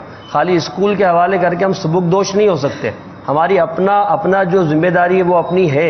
رزق کے حوالے سے جو ذمہ داری ہے، اگر حلال رزق نہیں کھلائیں گے یا شبہات سے بچا ہوا رزق نہیں کھلائیں گے تو بچے کی اچھی تربیت نہیں ہوگی، کیونکہ بچے کے جو پلنے میں اور بڑا ہونے میں، نشو نما ہونے میں وہ رزق کا بہت عمل دخل ہے۔ تو ہمارا رزق جیسا ہوگا اس طرح کے اس پہ اثرات پڑیں گے۔ تو ہم یہ کہہ کر سبکدوش نہیں ہو سکتے کہ بھائی اسکول یا ہمارے پاس پیسہ نہیں ہے، کافی نہیں ہے۔ مجھ سے کالز لیتے پھر انشاءاللہ پھر آپ کی طرف آتا ہوں۔ السلام علیکم۔ وعلیکم السلام ورحمۃ اللہ وبرکاتہ۔ میں محمد انیس اتاری بات کر رہا ہوں کراچی سے۔ مجھے یہ سوال پوچھنا ہے کہ کسی کے 4 یا 5 بچے ہیں، کوئی 8 سال کا، 10 سال، 12 سال، 15 سال، اور وہ اپنے بچوں کو اچھی تربیت دینا چاہتا ہے، وہ اپنے بچوں کو سمجھاتا ہے کہ ڈرامے مت دیکھو، گانے نہ سنو، فلمیں نہ دیکھو، لیکن بچے اس کی بات نہیں مانتے، تو اس میں باپ کا کیا قصور ہوگا؟ دونوں طرف چلتے ہیں۔ ایک باپ ملک سے باہر ہے، اپنے بچے کی تربیت ملک میں کیسے ہو سکتی ہے؟ یعنی یہ کہہ رہے ہیں کہ بچے کو باپ کہتا ہے کہ فلمیں، ڈرامے، گانے بازی، پہلا جو حویلی لکھیاں سے جو ہمارے اکرم بھائی کرتے جو ہر سلسلے میں کرتے ہیں، یعنی اس میں ایک تو صاحب یہ بتایا نا آپ نے کہ اسلامی جو دینی تعلیم و تربیت ہے اس کے لیے ایک اچھا ادارہ جس کے اندر اچھا معلم ہوتا ہے اور اچھا نصاب ہوتا ہے، اچھے ٹیچرز ہوتے ہیں اور ایک معیاری نصاب ہوتا ہے اور ایک اچھا ماحول ہوتا ہے۔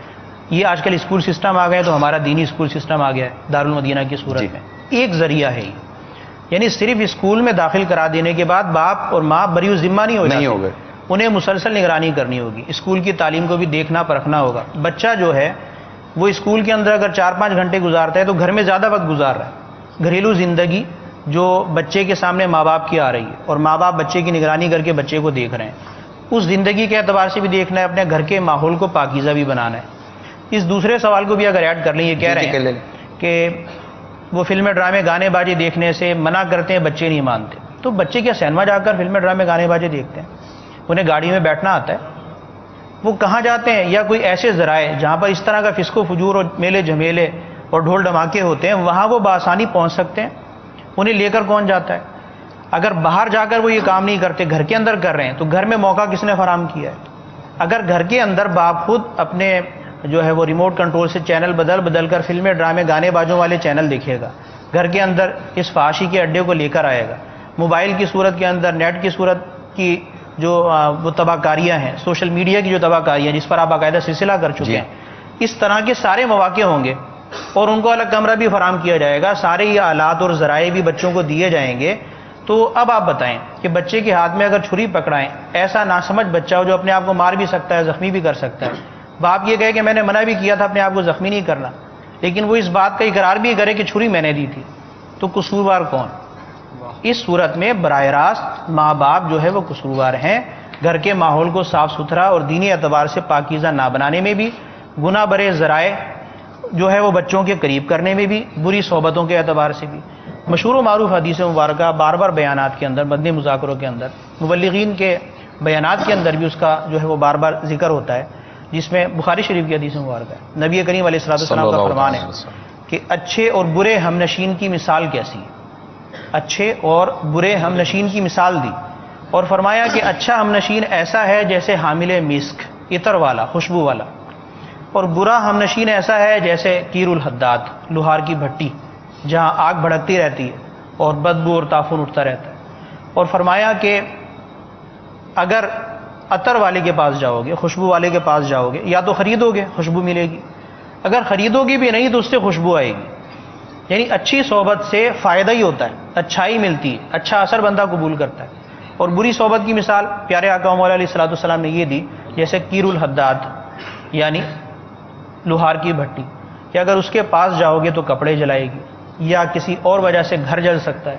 اگر کچھ نہ بھی جلے تو اس سے بو آئے گی، یعنی فائدہ نہیں پہنچے گا، نقصان ہی پہنچے گا. تمام عقل مندوں کا اتفاق ہے، حدیث میں بھی یہ واضح درس موجود ہے کہ اچھی صحبت سے بچہ اور بڑا سب پر اثر انداز ہوتی ہے، اچھائی ملتی ہے، بری صحبت سے جو ہے وہ برائی ملتی ہے، مزاج بدل جاتا ہے، بد اخلاقی جو ہے وہ بن جاتا ہے. تو بچوں کے اندر تو زیادہ یہ اثر قبول کرنے والا جذبہ رہتا ہے. اور بچوں کے بارے میں ماہر نفسیات بھی یہ کہتے ہیں کہ انہیں زیادہ تر قول کی بجائے فعل اور عمل سے ان کی تعلیم و تربیت زیادہ بہتر ہوتی ہے. وہ ایک بات آپ ان کو اگر 10 بار بھی کہیں گے، بار بار کہیں گے، ان کے ذہن میں وہ مفہوم سمجھ میں نہیں آئے گا، وہ اس بات کو سمجھ نہیں پائیں گے تو قبول بھی نہیں کریں گے، اس پر عمل پیرا بھی نہیں ہوں گے. لیکن جیسا ماں باپ کو کرتا دیکھیں گے، بڑوں کو کرتا دیکھیں گے، جیسا ماحول ملے گا وہ باتیں خود بخود کرتے ہیں. تو اچھا ماحول بچوں کو فراہم کرنا، اگر اچھی اسکول میں کرا دیا ہے تو گھر کو بھی اچھا بنا لینا، اور سب سے پہلے اپنے آپ کو اچھا بنا لینا، یہ دونوں ضروری ہے. گھر کا ماحول بھی اسلامی ہو اور اپنے اعتبار سے خود اچھے بن کر بچوں کو اچھی صحبت فراہم کریں. بچہ ساری زندگی میں سب سے زیادہ جس کی صحبت میں رہتا ہے وہ والدین ہے. تو اگر ان کی صحبت کے اندر اس پر اچھائی کا اثر ظاہر ہو گیا تو انشاءاللہ ساری زندگی اچھائی کا اثر برقرار ہے. اور ماں باپ کی صحبت میں ان دنوں میں یہ زیادہ رہتا ہے جن دنوں میں یہ کسی اور کی صحبت اٹھانے کے قابل بھی نہیں ہے. یعنی جس وقت اس کے پاؤں گھر سے باہر نکلنے کی پوزیشن میں آتے ہیں اس کو برسوں گزرتے ہیں، اور اس وقت تک وہ ماں باپ ہی کو دیکھ رہا ہوتا ہے کہ میرے والد صاحب کیا کر رہے، میری والدہ کیا کر رہی، میرے والد صاحب کیا کر رہے، میری والدہ کیا کر رہی ہے. اب آپ کا یہ کہنا کہ جناب یہ مطلب یہ نہیں مانتے، میں اس کو کیسے مناؤں؟ تو آپ ایک کام کریں، 1000 روپے کی نوٹ اپنے بیٹے کے ہاتھ میں دیں اور وہ آپ کے سامنے اس نوٹ کو پھاڑے. میں وہاں موجود ہوں اور میں آپ سے پوچھوں کہ اب آپ کیا کریں گے؟ آپ اس کو ایک اور 1000 کی نوٹ دیجئے، یہ دوبارہ آپ کے سامنے اس کو پھاڑے. میں مسکراؤں، آپ پر کیا بیتے گی؟ کیا آپ اس کو ایک اور 1000 کی نوٹ دیں گے کہ نہیں بیٹا؟ یا مجھ سے فون کریں گے کہ میرا بیٹا جب وہ دیکھو 1000 کی نوٹ پھاڑتا رہتا ہے، آپ کیا فرماتے ہیں میں کیا کروں؟ کبھی آپ کال نہیں کریں گے، کیونکہ آپ اس کو دوبارہ 1000 کی نوٹ پھاڑنے کا موقع ہی نہیں دیں گے. وہ ایسا کیا کام ہوگا کہ دوبارہ وہ 1000 کی نوٹ کو ہاتھ بھی نہیں لگائے گا؟ وہ کیا آپ کریں گے؟ میں ظلم کی طرف اور زیادتی کی طرف آپ کو نہیں لے کے جا رہا، لیکن آپ کیا کریں گے ایسا کہ دوبارہ آپ کا بیٹا 1000 کی نوٹ دیکھے تو بولے ابو 1000 کی نوٹ یہ آپ کے لیے، میں نہیں پھاڑتا، میں نہیں پھاڑوں گا، میں نہیں پھاڑوں گا. اب ایسا کیا کریں گے کہ 1000 کی نوٹ دے کر اس کو ابو یاد آئیں گے، اس کو پھاڑنا یاد نہیں آئے گا.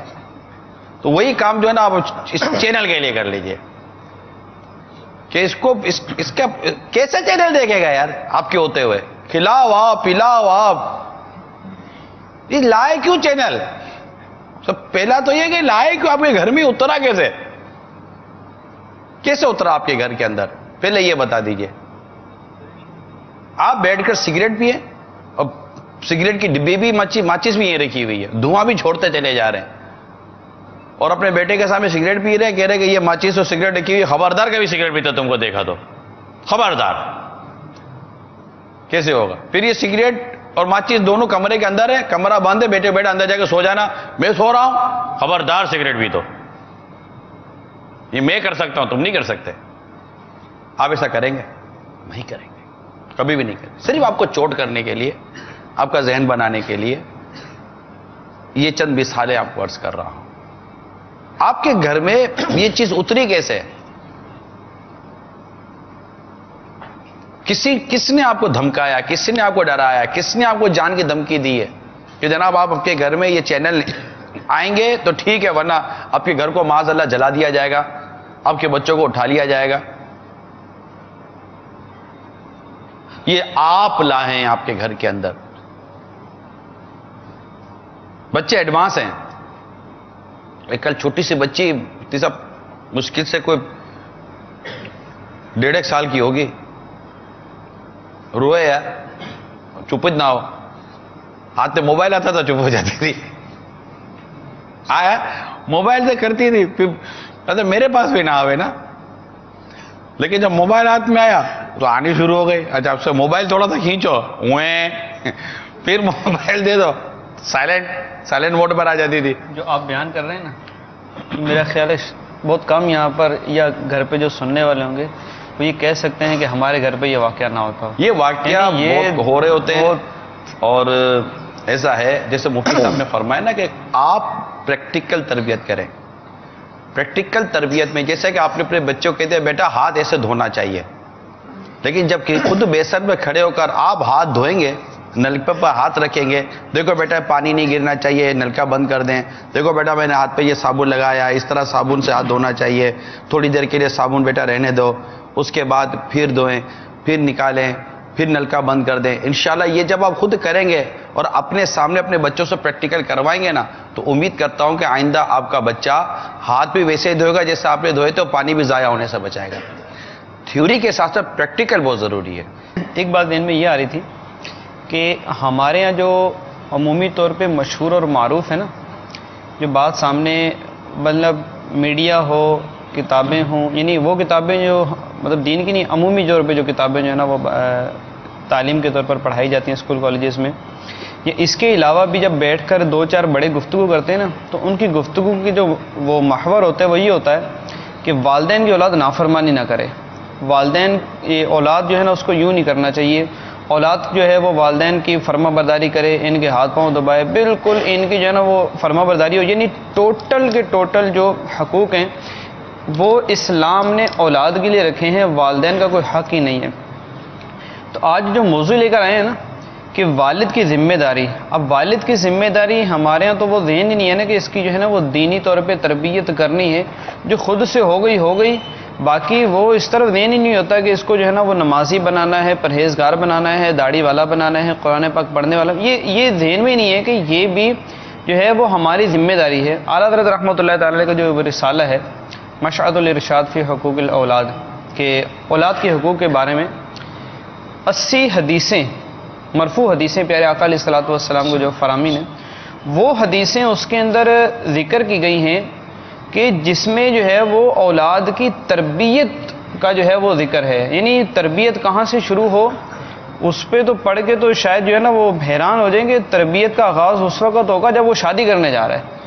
ابھی بچہ پیدا بھی نہیں ہوا ہے لیکن تربیت کا آغاز ابھی سے شروع ہو رہا ہے کہ شادی بھی اس عورت سے کرے کہ جس کا اثر، کیونکہ نانا اور ماموں کا اثر جو ہے وہ اولاد پر آتا ہے، تو ایسی عورت سے شادی بھی نہ کرے کہ جو مطلب رذیل قسم کی اور برے اخلاق والی ہو.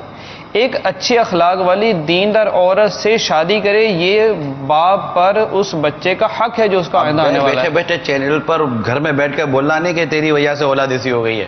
باپ کا بھی خود رذیل حرکت والا نہیں ہونا. ہاں باپ کا بھی ہوتا. اب یہ بولے گی دیکھا مفتی صاحب نے تمہاری بات کی، آپ ایسے انگلی اٹھانے گئے ہوں گے تو مفتی صاحب نے دفاع شروع کر دیا کہ یہ باپ کو بھی بولنا شروع نہ کر دے. ایک دوسرے کو بولنے کے بجائے دونوں سیدھے. اب تو جو ہونا تو ہو گیا، اب تو جو ہونا تو ہو گیا. اب آپ ایک دوسرے کو کوسنے کے بجائے یہ سوچئے کہ ہم نے بچے کی تربیت میں کہاں کمی کی ہے. ان کی یہ دونوں نے آپ مطلب اس نے ادھر، انہوں نے ادھر ڈالا، انہوں نے ادھر ڈال دیا، بیلنس ہو گیا. گھر میں لڑائی کی ضرورت نہیں ہے ورنہ بچے کی تربیت خراب ہوگی. یہ آپ دونوں کی ذمہ داری ہے کہ آپ بچوں کے سامنے مت لڑا کریں. سب اس سے آگے اکیلے بھی نہ لڑیں یار. آپ بولے گا اکیلے میں لڑنے کی اجازت دیتی ہے، اکیلے بھی نہ لڑیں. محبت کرنا سیکھیں، درگزر کرنا سیکھیں، ایک دوسرے سے پیار کرنا سیکھیں. اور مجھے یہ بتا رہے ہیں کہ آپ کال لینا سیکھیں گویا کے. ٹھیک ہے میں کال لیتا ہوں گویا کے. ٹھیک کال سنائیے. السلام علیکم ورحمۃ اللہ وبرکاتہ. وعلیکم السلام ورحمۃ اللہ وبرکاتہ. عظیم زمان عرض کر رہا ہوں متحدہ عرب امارات سے. میں کراچی کا رہنے والا ہوں. حاجی صاحب کی بارگاہ میں عرض ہے کہ آپ کے پچھلے موضوعات کی طرح ماشاءاللہ آج کا موضوع بھی دور حاضر کے لیے بہت ہی اہم اور مفید ہے، اور اس موضوع کو مزید فکر امیز اور بہت ہی مؤثر بنانے کے لیے آپ کے جو مفکرین آج موجود ہیں ان سب پر اللہ تعالیٰ اپنا رحم و کرم عطا فرمائے. حاجی صاحب کی بارگاہ میں عرض تھا کہ انسان کی پرورش اور تربیت میں جس قدر اہم رول والدین کا ہوتا ہے شاید ہی کسی کا ہو. کہتے ہیں کہ اولاد کا مدرسہ اور اسکول اس کے ماں باپ کی گود اور تربیت ہوتی ہے. وہی والدین اس کو جس طرح کا گائیڈ اور رہنمائی دیتے ہیں اور وہ اولاد اس کی راستے پر گامزن رہتی ہے. مگر سب سے زیادہ فکر امیز اور قابل سوچ سوال یہ ہے کہ وہ مدرسہ اور وہ اسکول ہی اگر دینی تعلیم سے اور دین اسلام کے پھولوں سے خالی ہو تو وہاں خوشبو کا سوال پیدا ہی نہیں ہوتا. اور وہ مہکتے مہکتے مدنی پھول ہماری اولاد کیسے چنے گی اگر وہ والدین کے اندر ہی نہ ہو اور ان کا دین اسلام کی خوشبو سے دل ان کا خالی ہی رہے گا. تو آج کل کے والدین اپنی اولاد کو ماڈرن اور ایڈوانس سوسائٹی زون کے نام پر جو اسکول کھلے ہوئے ہیں ان کو وہاں داخل تو کروا دیتے ہیں مگر اپنی اولاد کی واقعی وہ فکر و قدر نہیں کرتے کہ آیا وہاں پہ وہ اخلاقی تعلیمات سے دینی تعلیمات سے سرشار ہو بھی رہی ہے یا نہیں. اس کا ان کے پاس ٹائم نہیں.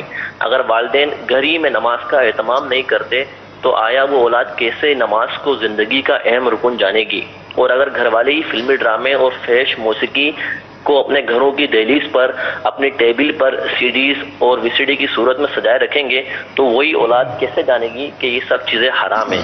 اور اگر یہی والدین اور یہی ہمارے گھر کے سرپرست جو کہ والدین کی صورت میں بڑے بھائی کی صورت میں ابو کی امی کی صورت میں دادا نانے کی صورت میں یا جو ہمارے سرپرست ہوتے ہیں اگر وہی لوگ اپنے گھروں میں مدنی چینل کا اہتمام نہیں کریں گے جو کہ شریعت کو سکھا رہا ہے دین متین کو جاننے کے لیے لوگوں کو اکٹھا کر رہا ہے تو ہماری وہ اولاد کیسی دین اسلام کی طرف آئے گی.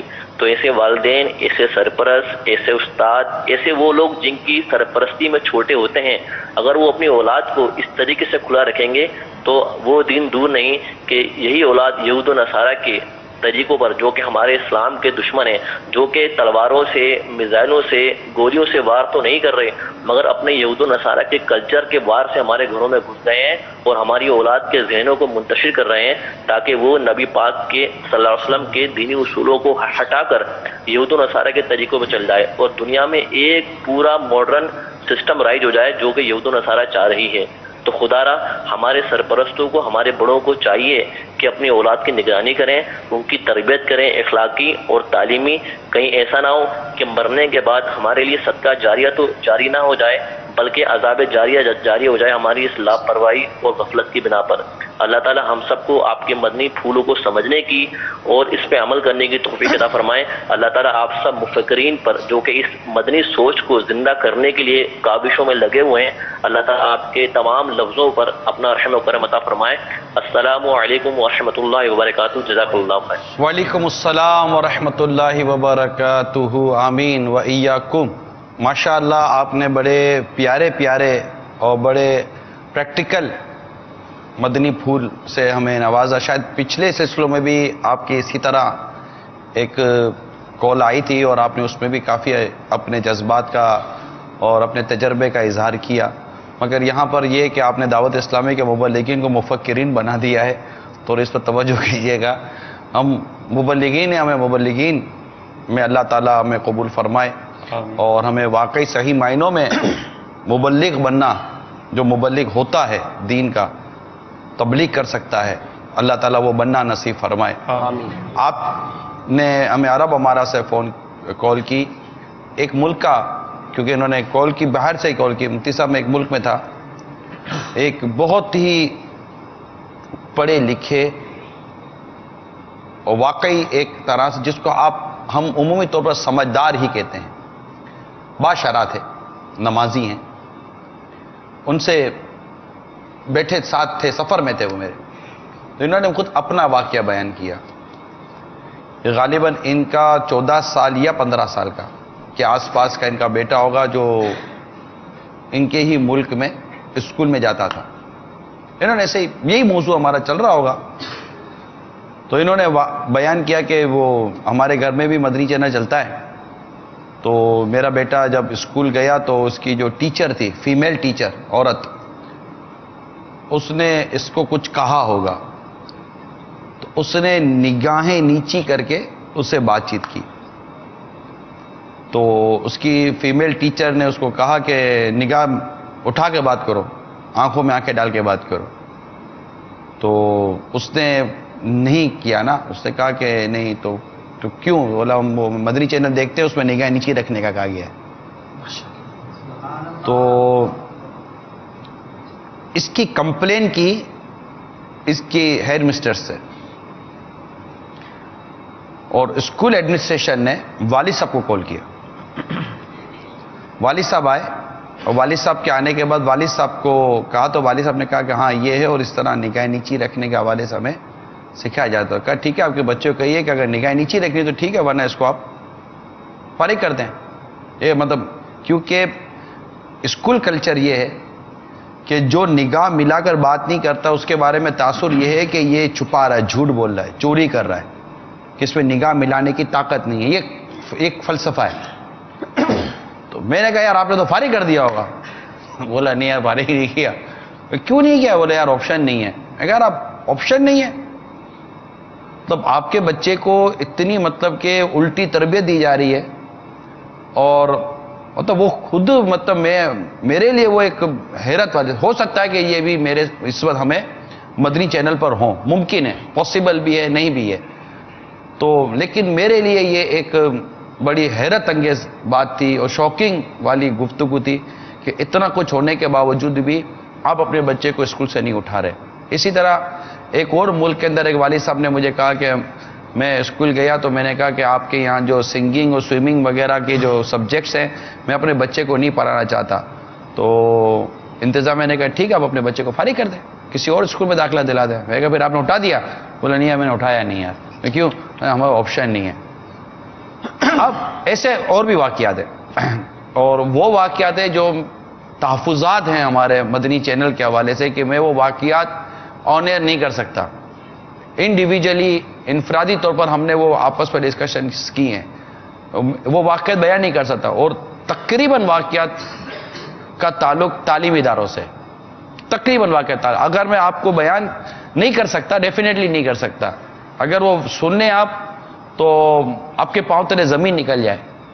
اور اتنا تباہی اور بربادی کے باوجود بھی والد ہیں یہ ہمارے والد صاحب ہیں, یہ اپنے بچوں کو وہاں سے ہٹانے کے لیے تیار نہیں ہیں اور ایکسپیکٹ یہ کرتے ہیں کہ بڑا ہو کے میرا فرما بردار اور مطیع و فرما بردار اطاعت گزار بنے گا اور ایک اچھا انسان بنے گا.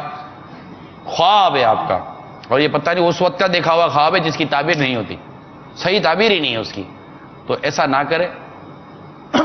مفتی صاحب آپ سے تھوڑی دیر کے بعد میں ایک سوال یہ کرنے جا رہا ہوں کہ آپ کے سامنے ایک والد صاحب بیٹھے ہوئے ہیں چینل پر, ایک والدین بیٹھے ہوئے ہیں, اسپیشلی والد صاحب, اور آپ اب ان کو ڈائریکٹ ایڈریس کریں گے کہ انہیں اپنی اولاد کی تربیت کے لیے اپنی ذمہ داری کیسے نبھانی ہے. لیکن میں کال لوں گا. السلام علیکم رحمۃ اللہ وبرکاتہ. وعلیکم السلام ورحمۃ اللہ وبرکاتہ. میرا نام محمد اکرم ہے جی, میں اکاڑا تو بول رہا ہوں. نگران شورا حاجی عمران صاحب نو میں کہنا چاہنا کہ اج دا تسی جڑا سلسلہ رکھا بہت سوہنا رکھا ہے. حاجی صاحب ساڈے کول بچیاں دے جڑا تربیت واسطے ٹائم بہت ہی پورا سروندا ہے. سانو کوئی ایجا طریقہ دسو کہ اسی اس تھوڑے جے ٹائم ہی انہاں دی اچھی تربیت کر سکے, کیونکہ تمہیں پتا ہے اج کل حالات مہنگائی بہت زیادہ ہے. اساں فصلاں چ بھی کام کرنا ہوندا ہے, ٹائم صبح تو لے تے شام تک ساڈا کھیتی باڑی دا کام جڑا نا وہ ختم نہیں ہوندا. شام تھکے تھکائیے آئے بس اودا نماز پڑھ کے فوراً سو جا. ایک فارمولا دسو, بچے شہراں چ پڑھدے آ, کمپیوٹر نیٹ ان دے بارے سانوں بچت دا کوئی طریقہ ارشاد فرماؤ نا, بھی یہ اسی کس انداز نال نظر رکھ سکنے ہیں, کس انداز نال چیز تربیت کر سکنے ہیں. جزاک اللہ. السلام علیکم ورحمۃ اللہ وبرکاتہ. وعلیکم السلام ورحمۃ اللہ وبرکاتہ. اور میں تینوں کی دساں, مینوں چنگی پنجابی نہیں آندی ہے تو میں کی دساں. تو میں مفتی صاحب یہ پنجابی میرے کو بھی نہیں آتی, آپ اردو بھی بول رہے ہیں اور کیا. لیکن یہ جب سوال کر رہے تھے اس وقت میری توجہ تھی کہ میں آپ سے عرض کروں گا. یہ یوں سمجھیے کہ شاید ہو سکتا ہے کہ لاکھوں والد کی ترجمانی ہے, جو ہم نے تاثرات میں بھی دیکھا کہ ہم مہنگائی بہت ہے مفتی صاحب, گھر کی ضروریاتیں پوری کرنی ہے.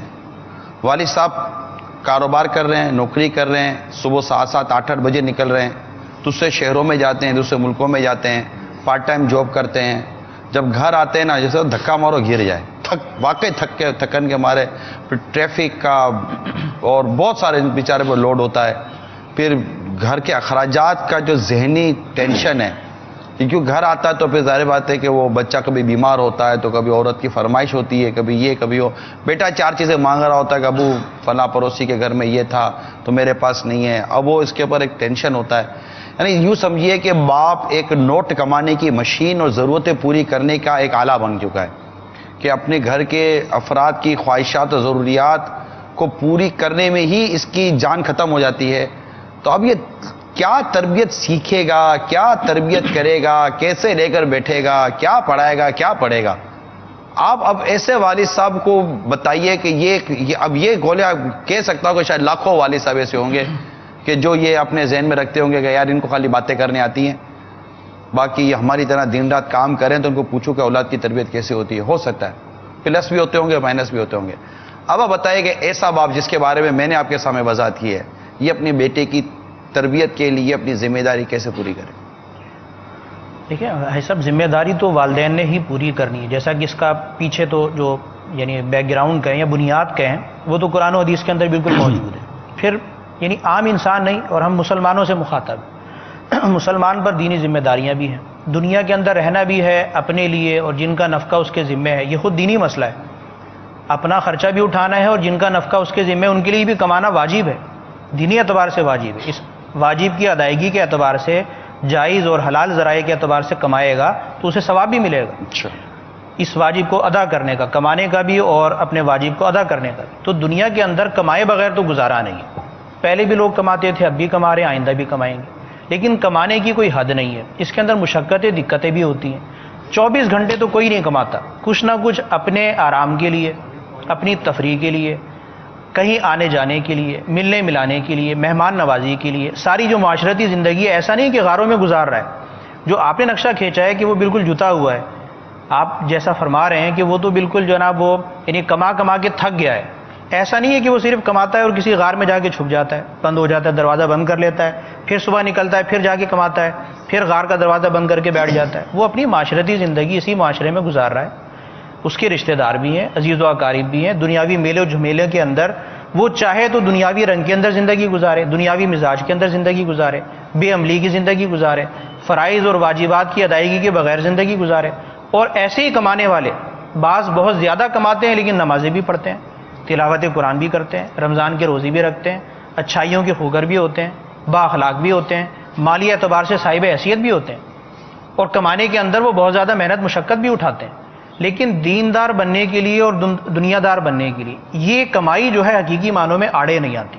جو دیندار بننا چاہتا ہے وہ بن جاتا ہے. ایک حدیث شریف ہے، آدمی کو دل چھوٹا نہیں کرنا چاہیے، اس طرح کمزور ہمت بھی مسلمان کو نہیں ہونا چاہیے. حدیث میں ہے کہ جو پرہیزگار بننا چاہتا ہے اللہ تعالیٰ اسے پرہیزگار بنا دیتا ہے. سبحان اللہ. حدیث شریف میں نبی کریم علیہ الصلوۃ والسلام کا فرمان ہے. بچوں کے حوالے سے بات ہو رہی ہے. آپ نے یہ فرمایا بچوں کو تحفہ تحائف دیتے ہیں، ان کی سالگرہ منائی جاتی ہیں بڑی دھوم دھام سے. بچوں کے لیے کوئی نہ کوئی گفٹ لانے کی ماں باپ دونوں کوشش کرتے ہیں. نبی کریم علیہ الصلوۃ والسلام کیا فرماتے ہیں؟ آپ کا واضح ارشاد کئی کتابوں میں حدیث ہے. ترمذی شریف کی حدیث یہ ہے کہ والد جو اپنے بچے کو تحفہ دے، عطیہ دے، سب سے اچھا تحفہ، سب سے اچھا عطیہ یہ ہے کہ اس کو ادب سکھائے. ادب کیا ہے؟ دینی تعلیم اور تربیت کا نام ہے، ملنے جلنے کے آداب کا نام ہے. اس کی عقل اتنی پختہ ہو جائے، دنیاوی اس کو اتنا شعور ہو جائے کہ دنیا کو وہ دارالعمل سمجھے، دارالبقا نہ سمجھے. دارالقرار آخرت ہے. فکر آخرت میں رہتے ہوئے دنیا کی زندگی ایسے گزارے کہ آخرت کی تیاری اس کی ہو جائے، اور آخرت کی تیاری کر کے وہ نیکیوں کے ساتھ دنیا سے رخصت. اسی دنیاوی زندگی کے اندر آخرت کی تیاری کرنی. ایسا نہیں ہوگا کہ یہ دنیاوی زندگی کے لیے کمانے کا دھندا، بیوی بچوں کا جھمیلا اور یہ تقریبات اور معاشرتی زندگی یہ ایک الگ ہے، اور اس کے بعد آخرت کی تیاری کی دوسری زندگی ملے گی. یہ تو نہیں ہے. قرآن کریم کی متعدد آیات، سینکڑوں آیات، اس کے اندر دنیا کے اسی جو مضر پہلو کی نشاندہی کی گئی ہے کہ دنیا کے اندر چمک دمک ہے، ضرورت اور حاجت. اگر بندہ اس پر اکتفا کرے تو ایسا سوال ہی نہیں پیدا ہوتا کہ دین پر عمل کرنے کا، دینی تعلیم حاصل کرنے کا، دینی تعلیم دینے کا، بچوں کی دینی تربیت کا اس کے پاس وقت نہ نکلے. لیکن لوگ ضرورت اور حاجت کے بعد آگے بھی درجات ہوتے ہیں. ایک منفعت، آسائشیں، اس کے بعد زینت، زینت کے بعد آخری درجہ فضولیات. اگر آپ ہماری جو معاشرے کے اندر جو مسلمان آج کل بس رہے ہیں اور اپنی جو معاشرتی زندگی کا جائزہ لیں، ضرورت اور حاجت کے بعد کی جو 3 چیزیں ہیں، منفعت، آسائشیں، اور زینت اور فضول، اس کے لیے کتنا کماتے ہیں اور ضرورت اور حاجت کے درجے میں کتنا کما رہے ہیں، اس کا بھی کچھ شعور انہیں ہونا چاہیے. اگر بالکل اندھے باولے ہو کر دنیا کے پیچھے بھاگیں گے، نہ دین کا صحیح معنوں کے اندر فہم آئے گا. آج کے مسلمانوں سے کوئی یہ پوچھ لے کہ آپ اسلام کا تعارف کرا دیجئے، والدین کو آپ نے کہا ہے نا کہ میں اپنا مخاطب سمجھوں، اگر والدین سے یہ پوچھ لیا جائے، عام مسلمان سے یہ پوچھ لیا جائے کہ بھئی مسلمان ہونے کے ناطے اسلام کا ذرا تعارف کرا دیجئے، اسلام کے شعبجات کیا ہیں، اسلامی زندگی کس چیز کا نام ہے، آپ نے زندگی کیسے گزارنی ہے. ایک آئین ہوتا ہے اسلامی زندگی کا، بھی ایک آئین ہے، نصب العین ہے، قرآن کی صورت میں، حدیث کی صورت میں، اور قرآن و حدیث کی تفہیم جو ائمہ کی ارشادات میں ہے، اقوال میں ہے، اس کی صورت میں بالکل واضح نکھرا ستھرا قرآن کریم میں واضح اللہ تعالیٰ ارشاد فرما رہا ہے وَهَدَيْنَاهُ النَّجْدَيْنِ، کہ ہم نے دونوں راستے واضح کر دیے ہیں، خیر کا بھی شر کا بھی. جو چاہے خیر پر چلنا وہ خیر پر چلتا ہے، جو شر پر چلنا چاہے وہ شر پر چلتا ہے. تو ایسا نہیں ہے کہ آدمی کو سمجھ بوجھ نہیں. یہ ابھی تک کا جو ہمارا گھنٹے سے اوپر گفتگو ہو گئی ہے، اس کے اندر ترغیب ہی دے رہے ہیں کہ اپنی ذمہ داریوں کا احساس کریں. والدین کو تھوڑا بہت احساس ہے، مزید ہمیں ہماری گفتگو سے احساس ہو جائے گا، لیکن میرے خیال میں اب ترغیب کے ساتھ کچھ تعلیم کا سلسلہ بھی ہونا چاہیے. اتنے چھوٹی سی نشست کے اندر جو دینی تعلیم ہے، دین کا بنیادی مفہوم ہے، دین کی ضروری باتیں وہ کیا ہیں جو ہمارے ذہنوں میں ہونی چاہیے، وہ بنیادی خاکہ بچوں کے ذہن میں اتارنا چاہیے، ضروری علم اور عمل کا پابند بنانا چاہیے، اور زیادہ دین کی طرف بڑھنے کی اس کی ترغیب ہونی چاہیے. یہ کیسے ہوگا؟ یہ باتیں ہماری زبان پر نہیں آئیں گی جب تک دماغ میں نہیں آئیں گی.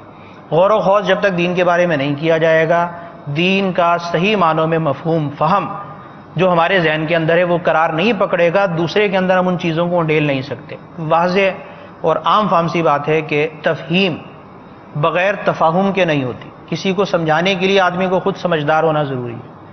تعلیم بغیر تعلم کے نہیں ہوتی. پڑھے بغیر کوئی دوسرے کو پڑھاتا نہیں ہے، تو پہلے خود پڑھنا پڑے گا. یہ آج کے میرے خیال میں اس مکالمے کا نتیجہ ہے. پہلے سیکھنا چاہیے، پہلے دین خود پڑھنا پڑے گا، دین کا فہم حاصل کرنا پڑے گا، تاکہ وہ اپنی ضرورت کے مسائل جان سکیں، کسی سے پوچھ سکیں، پوچھ کر کیسے عمل کرنا ہے، یہ سارے طریقے ان کے لیے واضح ہو جائیں. امام اہل سنت جیسے امام محمد کی میں نے ایک ابتدا میں مثال دی تھی، امام اہل سنت تو قریب کے ہیں، ہمارے امام ہیں، مصطفیٰ جان رحمت پہ لاکھوں سلام، ان کا شورۂ آفاق نعتیہ سلام. اور دعوت اسلامی کے اعتبار سے مدنی چینل پر جتنا ذکر امام اہل سنت کا ہوتا ہے، میرے خیال میں جو بار بار دیکھتے ہیں مدنی چینل وہ تو ان کے نام سے واقف ہوں گے. امام اہل سنت جو ہے وہ 13 سال کی عمر میں درس نظامی سے فارغ ہو گئے تھے. 13 سال کچھ ماہ کی عمر میں درس نظامی سے فارغ ہو گئے، یعنی عالم کہلانے لگے. درس نظامی کا کورس، اور وہ بھی اس وقت کا باقاعدہ پڑھا ہوا، اپنے والد ماجد سے پڑھا جو خود ایک جو ہے وہ بھاری بھرکم استاد، تصوف کے ماہر، قرآن کے ماہر، معقولات کے ماہر، منقولات کے ماہر، ان سے پڑھا ہوا. یعنی آپ 13 سال 10 ماہ کی عمر اور کچھ دن آپ نے بتایا کہ اس عمر میں جب آپ فارغ ہوئے، یعنی درس نظامی سے اور عالم کہلانے لگے. امام اہل سنت کہتے ہیں وہ پہلا دن تھا جب میں فارغ ہوا، درس نظامی پڑھ کر عالم کہلانے لگا، اسی دن مجھ پر نماز فرض ہوئی.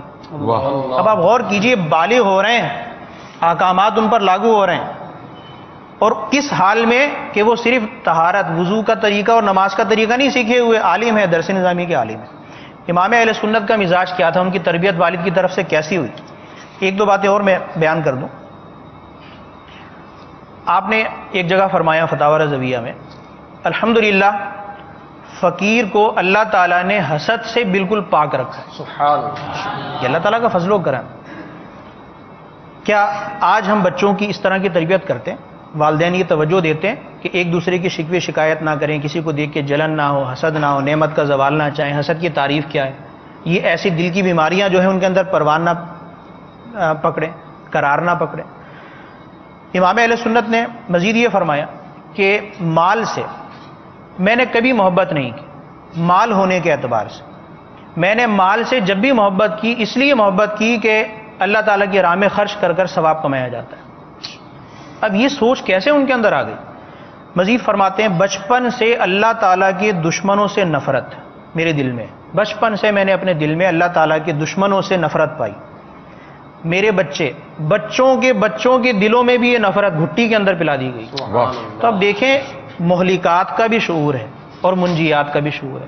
یہ دو باتیں اگر پلے سے باندھ لیں، کچھ لکھنے والے حضرات لکھنا چاہیں کہ بچوں کی تربیت بھی ایسی کرنی ہے اور اپنی تربیت بھی ایسی کرنی ہے کہ مہلکات کیا ہیں، دین کے لیے باعث ضرر باتیں کیا ہیں، بندے کو ہلاک کرنے والی چیزیں کیا ہیں، ان کی فہرست بنائیں. مثلا کفر، گمراہی، کبیرہ گناہ، صغیرہ گناہ، شبہات کے اندر پڑنا، خواہشات نفسانی کی پیروی کرنا، اندھا پن، اور یہ کہ اللہ تعالیٰ کی طرف سے توجہ بالکل ہٹائے رکھنا، اس کے غیر کی طرف التفات کرنا. یہ تقوی کے جو مدارج ہیں امام اہل سنت نے خود بیان کی. خزائن العرفان شریف کے اندر مفسر شہیر نے امام اہل سنت کے اعتبار سے بیان کی ان کے حوالے سے.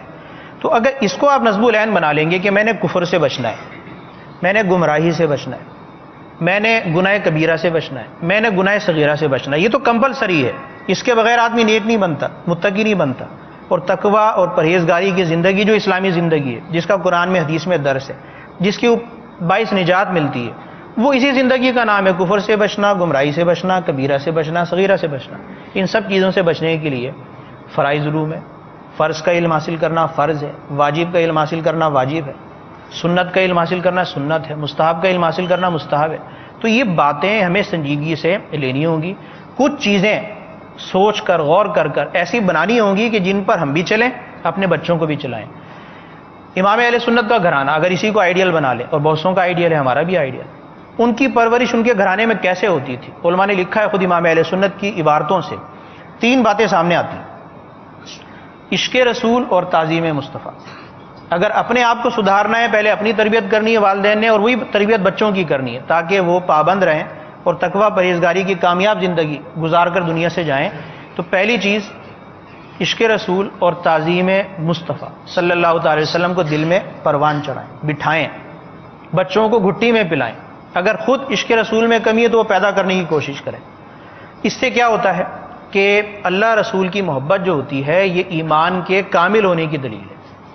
ایمان جب تک ناقص رہتا ہے بندہ نہ علم کی طرف آتا ہے نہ عمل کی طرف آتا ہے، اور اخلاص تو پھر بہت کوسوں دور. دینی پوری زندگی کا نام 3 چیزوں کا نام دینی زندگی: علم، عمل، اخلاص. کوئی بھی چیز دین کی ان 3 چیزوں سے باہر نہیں ہے. آپ نے علم دین حاصل کرنا ہے، اس کے مطابق عمل کرنا ہے، اور عمل اخلاص کے ساتھ کرنا ہے. تو ایمان کامل جب تک نہیں ہوگا اس وقت تک آپ اس علم کی طرف، عمل کی طرف، اخلاص کی طرف نہیں آئیں گے. یہ نہ آپ خود آئیں گے نہ اپنے بچوں کو لائیں گے. اس لیے کہ یہ باتیں آپ کے ذہن میں نہیں آئیں. پہلے انسان نظریاتی طور پہ بدلتا ہے، پھر اس کا افعال کردار میں تبدیلی آتی ہے. یہ ایک بات ہوئی. تو امام اہل سنت کے گھرانے کی خصوصیت یہ بیان ہوئی کہ نقی علی خان صاحب کی تربیت جو جامع المعقول و منقول ہے، والد صاحب انہوں نے خود براہ راست امام اہل سنت کو پڑھایا. امام اہل سنت نے اپنے شہزادوں کو پڑھایا، مفتی اعظم ہند کو، حجت الاسلام کو. علماء لکھتے ہیں کہ ایک چیز تو بنیادی یہ تھی کہ عشق رسول اور تعظیم مصطفیٰ صلی اللہ تعالی علیہ وسلم یہ ان کی گھٹی میں پلا دی گئی. اس سے ان کے ایمان کی کیا ہوتی ہے؟ تکمیل. ساتھ ساتھ دوسری بات یہ کہ گمراہوں سے اور گمراہی سے، کفر سے اور کافروں سے، گمراہی سے اور گمراہوں سے شدید نفرت، کہ جب تک یہ نہیں ہوگی تو بندہ کفر اور گمراہی سے بچ نہیں سکتا. کفر اور گمراہی کی پہچان نہیں ہو سکتی. اچھے کی پہچان ہونا بھی ضروری ہے، برے کی پہچان ہونی بھی ضروری ہے. تو بچوں کو اس بات کی بھی تلقین ہونی چاہیے، اس کی بھی ترغیب اور ترہیب کے ذریعے سے انہیں یہ سکھانا چاہیے کہ اچھے کون ہیں اور برے کون ہیں. کفر کسے کہتے ہیں؟ جس سے تمہیں بچنا ہے، ساری زندگی بچنا ہے. الحمدللہ مسلمان ہیں، لیکن ہم نے مسلمان رہنا بھی ہے اور مسلمان مرنا بھی ہے. یہ تو مقاصد ہے نا. اسلامی گھرانے میں پیدا ہوئے، مسلمان گھرانے میں پیدا ہو گئے، اللہ تعالیٰ کا فضل و کرم ہے، اس کا احسان ہے. لیکن ہماری یہ ذمہ داری بنتی ہے کہ ہم کفر سے بچیں اور مسلمان رہیں، اور اپنے دین کو، اپنے ایمان کو کامل کریں، اور اسلام کے ساتھ ہی مریں. جیسے قرآن پاک میں بھی ہے، لا تموتن الا وانتم مسلمون، نہ مرنا مگر صرف مسلمان ہو کر مرنا. تو ایک یہ بات کہ جو اللہ کے دشمن ہیں، کافروں، گمراہوں اور کافروں کے کفر اور گمراہی سے نفرت ہونی چاہیے. تیسری چیز یہ کہ دینی ضروری مسائل جن کے آئینے میں، جن کے سامنے بندے کو زندگی گزارنی ہے، جس کی روشنی میں عمل کرنا ہے، اپنے فرائض اور واجبات کی ادائیگی کرنی ہے، اس کا تعلق علم فقہ سے ہوتا ہے. تو امام اہل سنت کے بارے میں بھی لکھا کہ فقہ حنفی کے اندر فتویٰ نویسی برسوں انہیں سکھائی جاتی تھی. فقہ میں مہارت، اپنے ضروری مسائل بھی سیکھنے ہیں، امت کے لیے بھی فقہ کے اندر مہارت حاصل کرنی. یہ 3 چیزیں ہر مسلمان کے لیے کمپلسری ہیں. اگرچہ وہ عالم اور کامل نہ ہو، مفتی اعظم نہ ہو، مفسر اعظم نہ ہو، محدث اعظم نہ ہو، اسلامی زندگی کے لیے بھی تینوں چیزیں ضروری ہیں. اگر یہ باتیں آپ یوں سوچیں گے اور سمجھیں گے کہ یہ تو مولویوں کی باتیں، یہ تو عالموں کی باتیں، یہ تو اماموں کی باتیں ہیں، ہم کہاں، ہم دنیا دار لوگ، ہم یہ کیسے قبول کر سکتے ہیں؟ تو جب تک آپ کا یہ ذہن رہے گا آپ کبھی بھی قبول نہیں کر پائیں گے. پھر وہی رونا رہے گا جو ہم رو رہے ہیں. وہ معاشرتی جو مسائل ہیں، بدعملی کا دور دورہ ہے، فساد پھیل چکا ہے. پھر یہی کہ والدین کو اتنی سمجھ نہیں ہے کہ ہم نے تربیت کیا کرنی ہے، کیسے کرنی ہے، کن باتوں کی کرنی ہے، ہم خود تربیت یافتہ ہیں یا نہیں ہے، ہم کتنے قصوروار ہیں. تو ایسا جو منظر بن جاتا ہے یہ دین کے بنیادی فہم سے جہالت کی بنا پر. تو دین کا ضروری فہم سیکھیں اور اس کے مطابق ضروری علم حاصل کرنے کی کوشش کریں اور ہر صورت میں بعمل زندگی تقوی و پرہیزگاری کی گزارنے کی کوشش کریں. اللہ اللہ ماشاء اللہ عز و جل. یہ ہے یوں سمجھیے کہ والدین کے لیے بالخصوص والد صاحب کے لیے پورا کہ ایک انہوں نے ذائچہ کھینچ کے دے دیا کہ ہمیں کیسے بننا ہے اور اپنی سوچ کیسے بنانی ہے اور ہمیں کس طرح تربیت دینے کے لیے اپنے آپ کو پہلے تربیت دلوانی ہے. اب اس پہ ایک سوال یہ ہوگا کہ یہ ہم کیسے کریں، کہاں سے کریں؟ اس کے لیے میں چند آپ کو طریقے اور راستے عرض کرتا ہوں. دیکھیے علم کے سیکھنے کے کچھ ذرائع ہیں. ایک تو ماحول ایسا ہونا چاہیے جہاں آپ علم سیکھ سکیں. تو اس کے لیے آپ کے لیے دعوت اسلامی کا ہفتہ وار اجتماع ہے، مدنی قافلے ہیں، ہمارے مختلف کورسز ہوتے ہیں. ان میں حصہ لیجئے، ان میں شمولیت اختیار کیجئے، وقت دیجئے. اگر آپ کہتے ہیں کہ جناب ہم صبح شام دن رات مستقل وقت نہیں دے سکتے تو آپ کچھ نہ کچھ وقت دے سکتے ہیں جو آپ کو دینا ہی پڑے گا. یہ اس کے سوا آپ راستہ نہیں ہے. ایک تو یہ آپ کے ہی کے علاقے میں کہیں مدرسۃ المدینہ بالیگان لگتے ہوں گے، یہ آدھے پونے گھنٹے کا مدرسہ ہے، اس میں وقت دیجئے. کوئی ذریعہ استعمال کیجئے مگر صحبت علم سیکھنے کے لیے صرف اور صرف عاشقان رسول کی اختیار کیجئے گا. صرف اور صرف عاشقان رسول کی. گمراہ اور گمراہیت سے بچنا ہے، یہ یاد رکھیے گا. ہم اگر کسی گمراہ کی صحبت پکڑ لیں گے اور گمراہیت کی طرف چلے جائیں گے تو جو خود ہی بھٹک گیا کسی کو راستہ کیا دکھائے گا. نمبر ایک. اب اس کی بھی ڈیٹیل ہے لیکن ٹائم نہیں ہے. دوسری چیز وہ ہے مطالعہ. آپ کتابوں کا انتخاب کیجئے. جیسے مفتی صاحب نے فرمایا کہ کفر اور کفریات اور کافروں کے حوالے سے آپ ہمیں معلومات ہونی چاہیے. تو اس کے لیے کفریہ کلمات کے بارے میں سوال جواب. اب اس سے زیادہ مؤثر میری نظر میں اردو میں اس سے زیادہ مؤثر، اس سے زیادہ آسان اردو میں اتنی جامع انداز میں اس طرز کی بات کر رہا ہوں، ان تمام تر قیودات کے ساتھ بات کر رہا ہوں اور موجودہ دور کے مطابق اس سے بہتر کتاب کا میں آپ کو میں نہیں بتا سکتا. جتنی میری معلومات ہے وہ عرض کر رہا ہوں. خفیہ کلمات کے بارے میں سوال جواب یہ لے لیجئے، اس کا مطالعہ کیجئے اور اس کو پڑھیے. آپ کی ذمہ داری ہے، آپ کی یہ ذمہ داری ہے، یہ یاد رکھیے گا. آپ اپنی ذمہ داری سے سبکدوش نہیں ہو سکتے. آپ نہیں کہہ سکتے کہ جناب میں کیا کر سکتا ہوں. یہ آپ کا جواب نہیں ہے، یہ جواب آپ کا بنتا ہی نہیں ہے. آپ کو اچھا میں یہ نہیں کہتا کہ یہ معلومات صرف اسی کتاب تک موقوف ہے. اس کی معلومات حاصل کیجئے. اس کے لیے میں نے آپ کو ایک کتاب کا نام بتایا، گائیڈ لائن ہے یہ ایک طرح سے. دوسری بات، مکتبۃ المدینہ کی اور بہت ساری کتابیں، چھوٹی چھوٹی کتابیں، رسالے ہیں، غیبت کے بارے میں، بکس کے بارے میں، حسد کے معاملے میں، ریاکاری کے معاملے میں، تکبر کے معاملے میں، وغیرہ وغیرہ بہت ساری کتابیں ہیں. یہ لے لیجئے. جنت میں لے جانے والے اعمال کتاب گھر میں رکھ لیجئے. اس طرح کی جب تک مطالعہ نہیں رکھیں گے آپ بولیں گے یار یہ کب باری آئے گی سب کی. آئیے ایک اور شارٹ کٹ بتاتا ہوں، ٹھیک ہے. اتنا کر لیجئے، دو مین کام. اپنے گھر میں فیضان سنت کا درس شروع کر دیجئے. یعنی آپ اور آپ کے بچے گھر والے بیٹھ کر صرف 7 منٹ کا درس، صرف 7 منٹ کا، گھڑی دیکھ لیجئے، 5 منٹ 7 منٹ کا درس دیجئے روزانہ کی بنیاد پر سب کی توجہ کے ساتھ. اور گھر میں مدنی انعامات کا رسالہ یہ نافذ کیجئے. یہ مائنڈ مت رکھیے جیسے کہ مفتی صاحب نے فرمایا جناب یہ مولویوں کی باتیں ہیں، مولانا کی باتیں، علماء کی باتیں، امام کی باتیں ہیں، فلاں باتیں ہیں. یہ اپنے آپ کو ان وسوسوں میں اور ان چیزوں میں مت لائیے. آپ اپنی ذمہ داری سے سبکدوش نہیں ہو سکتے. میں سلسلے کو ان اختتام کی طرف لا رہا ہوں. آپ نہیں کہہ سکتے, نہ ماں کہہ سکتے نہ باپ کہہ سکتا ہے. آپ کو شادی سے پہلے یہ معلومات ہونی چاہیے تھی. شادی, کیونکہ ایک شوہر کی ذمہ داری یہ الگ موضوع ہے, بیوی کی ذمہ داری ایک الگ موضوع ہے, والد کی ذمہ داری ایک الگ موضوع ہے, ماں کی ذمہ داری ایک الگ موضوع ہے. ہم نے اپنے بچوں کی ہم نے ذمہ داری پوری نہیں کی. نتیجہ ہمارے سامنے ہے کہ ہماری اولاد آج کہاں چلی گئی. جب ہمیں نظر رکھنی تھی اپنی اولاد کے اوپر, ہم نے نہیں رکھا. گمراہ اور گمراہیت عقائد میں بھی اعمال میں بھی ہے, ان دونوں طرف ہے. ہمیں دونوں طرف بتانا, دیکھو بیٹا ان سے دور رہو. یہ عقائد میں بربادی پیدا کریں گے, یہ اعمال میں بربادی پیدا کریں گے. آپ نے ان کو بچایا؟ ہم نے بتایا نہیں ہے, ہم نے سکھایا نہیں ہے. آپ نے سیڑھی اترنا سکھایا, آپ نے لفٹ پہ چڑھنا سکھا دیا. خالی لفٹ کا بٹن دبا کر اپنے بچے کو لفٹ پہ نہیں ڈال دے گا, بیٹا اندر میں جا کے بٹن دبا دینا اوپر چلی جائے گی. کون سا بٹن دبائے گا وہ, کہاں اوپر چلی جائے گی؟ کئی چیزیں آپ نے سکھائی ہیں. مفتی صاحب نے بتایا کہ آداب سکھائیں. آپ نے کون سے آداب سکھائے؟ پینٹ ایسے پہنتے ہیں, شرٹ ایسا پہنتے ہیں, ٹیبل کرسی پر ایسا بیٹھ کے کھاتے ہیں, چوری ساتھ میں پکڑتے ہیں, کانٹا ساتھ میں پکڑتے ہیں, ہیلو یو بولتے ہیں, ہائی یو بولتے ہیں, شیک ہینڈ یو کرتے ہیں. یہ سکھایا. ادب تو وہ ہے جو سنت رسول صلی اللہ علیہ وسلم کے مطابق زندگی گزارے. اس سے بہتر زندگی کا کوئی ادب نہیں ہے. جس طرز زندگی میں سرکار صلی اللہ علیہ وسلم کی سنت نہیں ہے, وہ ادب کا وہ ادب کہاں سے آ گیا؟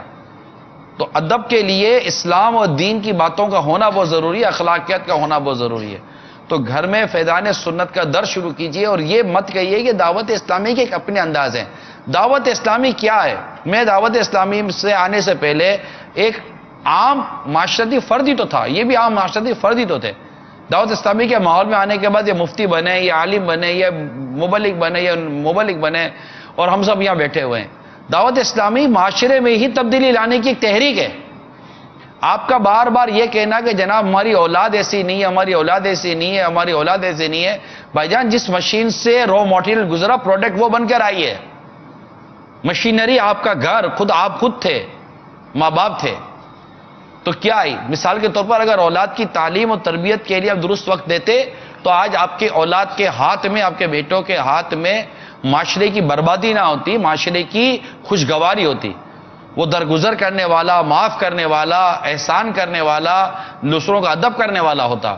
وہ لڑائی جھگڑے کرنے والا, ہاتھا پائی کرنے والا, اور مطلب کہ وہ فلمی ہیرو بن کر روڈوں پہ گھومنے والا نہ ہوتا. وہ ڈیپینڈ کرتا ہے. والد اور والدہ کی ذمہ داری یہ ڈیپینڈ کرتی ہے اولاد کے فیوچر پر. اور مطلب آپ عمارت کے ٹیڑھے ہونے پر کلام کریں, یار یہ بلڈنگ ٹیڑھی کیوں ہے؟ بنیاد صحیح نہیں تھی. اگر بنیاد صحیح ہوتی تو بلڈنگ ٹیڑھی نہ بنتی. اس میں ایسا بھی ایک نقطہ آپ کی بات کا, یعنی وہ شاید یاد رہ جائے کسی کو, یعنی بچوں کی بد اخلاقی کا تو رونا سب روتے ہیں, ان کے اندر بگاڑ ہوتا ہے, سمجھائیں تب بھی نہیں سمجھتے, وہ بگڑتے جاتے ہیں. یعنی اخلاق ان کے نہیں درست ہوتے, اخلاق نہیں سنورتے. براہ راست اخلاق کی طرف لے کر جائیں گے اور انہیں اخلاق سدھارنے کا کہیں گے تو واقعی سدھار نہیں آتا. اصل ترتیب یہ ہے, جو اسلامی ترتیب ہے وہ یہ ہے کہ ساتھ ساتھ ہونا چاہیے. 3 شعبے ہیں عقائد کے اور عبادات کا, تیسرا اخلاقیات کا. عقائد ہیں, عبادات ہیں, اخلاقیات ہیں. یہی دین کا نام ہے. عقائد کے اندر یہ ہے کہ اپنے عقیدے کو مضبوط کرنا ہے, ایمان کو کامل کرنا ہے. اس کے بعد دوسرا مرحلہ آتا ہے عبادت کا. جب ایمان کامل کرنے کی طرف آدمی جاتا ہے, اللہ تعالیٰ کا خوف پیدا ہوتا ہے, نبی کریم علیہ الصلوۃ والسلام کی محبت پیدا ہوتی ہے, تو اس میں عمل کا جذبہ بیدار ہو جاتا ہے. عبادت جب صحیح معنوں میں اخلاص کے ساتھ کرنے میں کامیاب ہوتا ہے, استقامت کے ساتھ, اور کوشش کرتا رہتا ہے, کمی کوتاہی ہو جائے تو رب تعالیٰ کی بارگاہ میں رجوع بھی کرتا ہے, اس سے اچھے اخلاق جنم لیتے ہیں. جیسے کہ نماز کے بارے میں کہ نماز بے حیائی اور برے کاموں سے بچاتی ہے, قرآن کریم کی آیت ہے. اور بھی عبادات کا معاملہ یہی ہے کہ رمضان کے روزے ہیں, ان کے بارے میں لعلکم تتقون, کہ روزے اس لیے فرض کیے گئے تاکہ تم پرہیزگار بن جاؤ. پرہیزگاری کا تو نام باخلاق ہوتا ہے, اور کس کا نام ہے؟ تو باخلاق بننے کے لیے, خود بننے کے لیے اور بچوں کو بنانے کے لیے نہ ایمان کو دیکھنا ہے, نہ عبادات کا نظام دیکھنا ہے, صرف اخلاق دیکھنے ہیں, وہ بھی دنیاوی مینرز, معاشرتی اخلاق. دینی اخلاق کا تو تصور بھی ذہنوں کے اندر نہیں. مغربی تہذیب کو یہ ادب کہتے ہیں. اگر یہ دینی نقطہ نظر سے دیکھیں گے, دین کے عقائد کو بھی دیکھیں گے, اپنے ایمان کو بھی دیکھیں گے, اس کے نقائص کو بھی دیکھیں گے, اس کی تکمیل کی کوشش کریں گے, عبادات کے پورے نظام کو دیکھیں گے عبادات رسومات نہیں ہے، جیسے ایک آپ تسبیح لے کے ایسی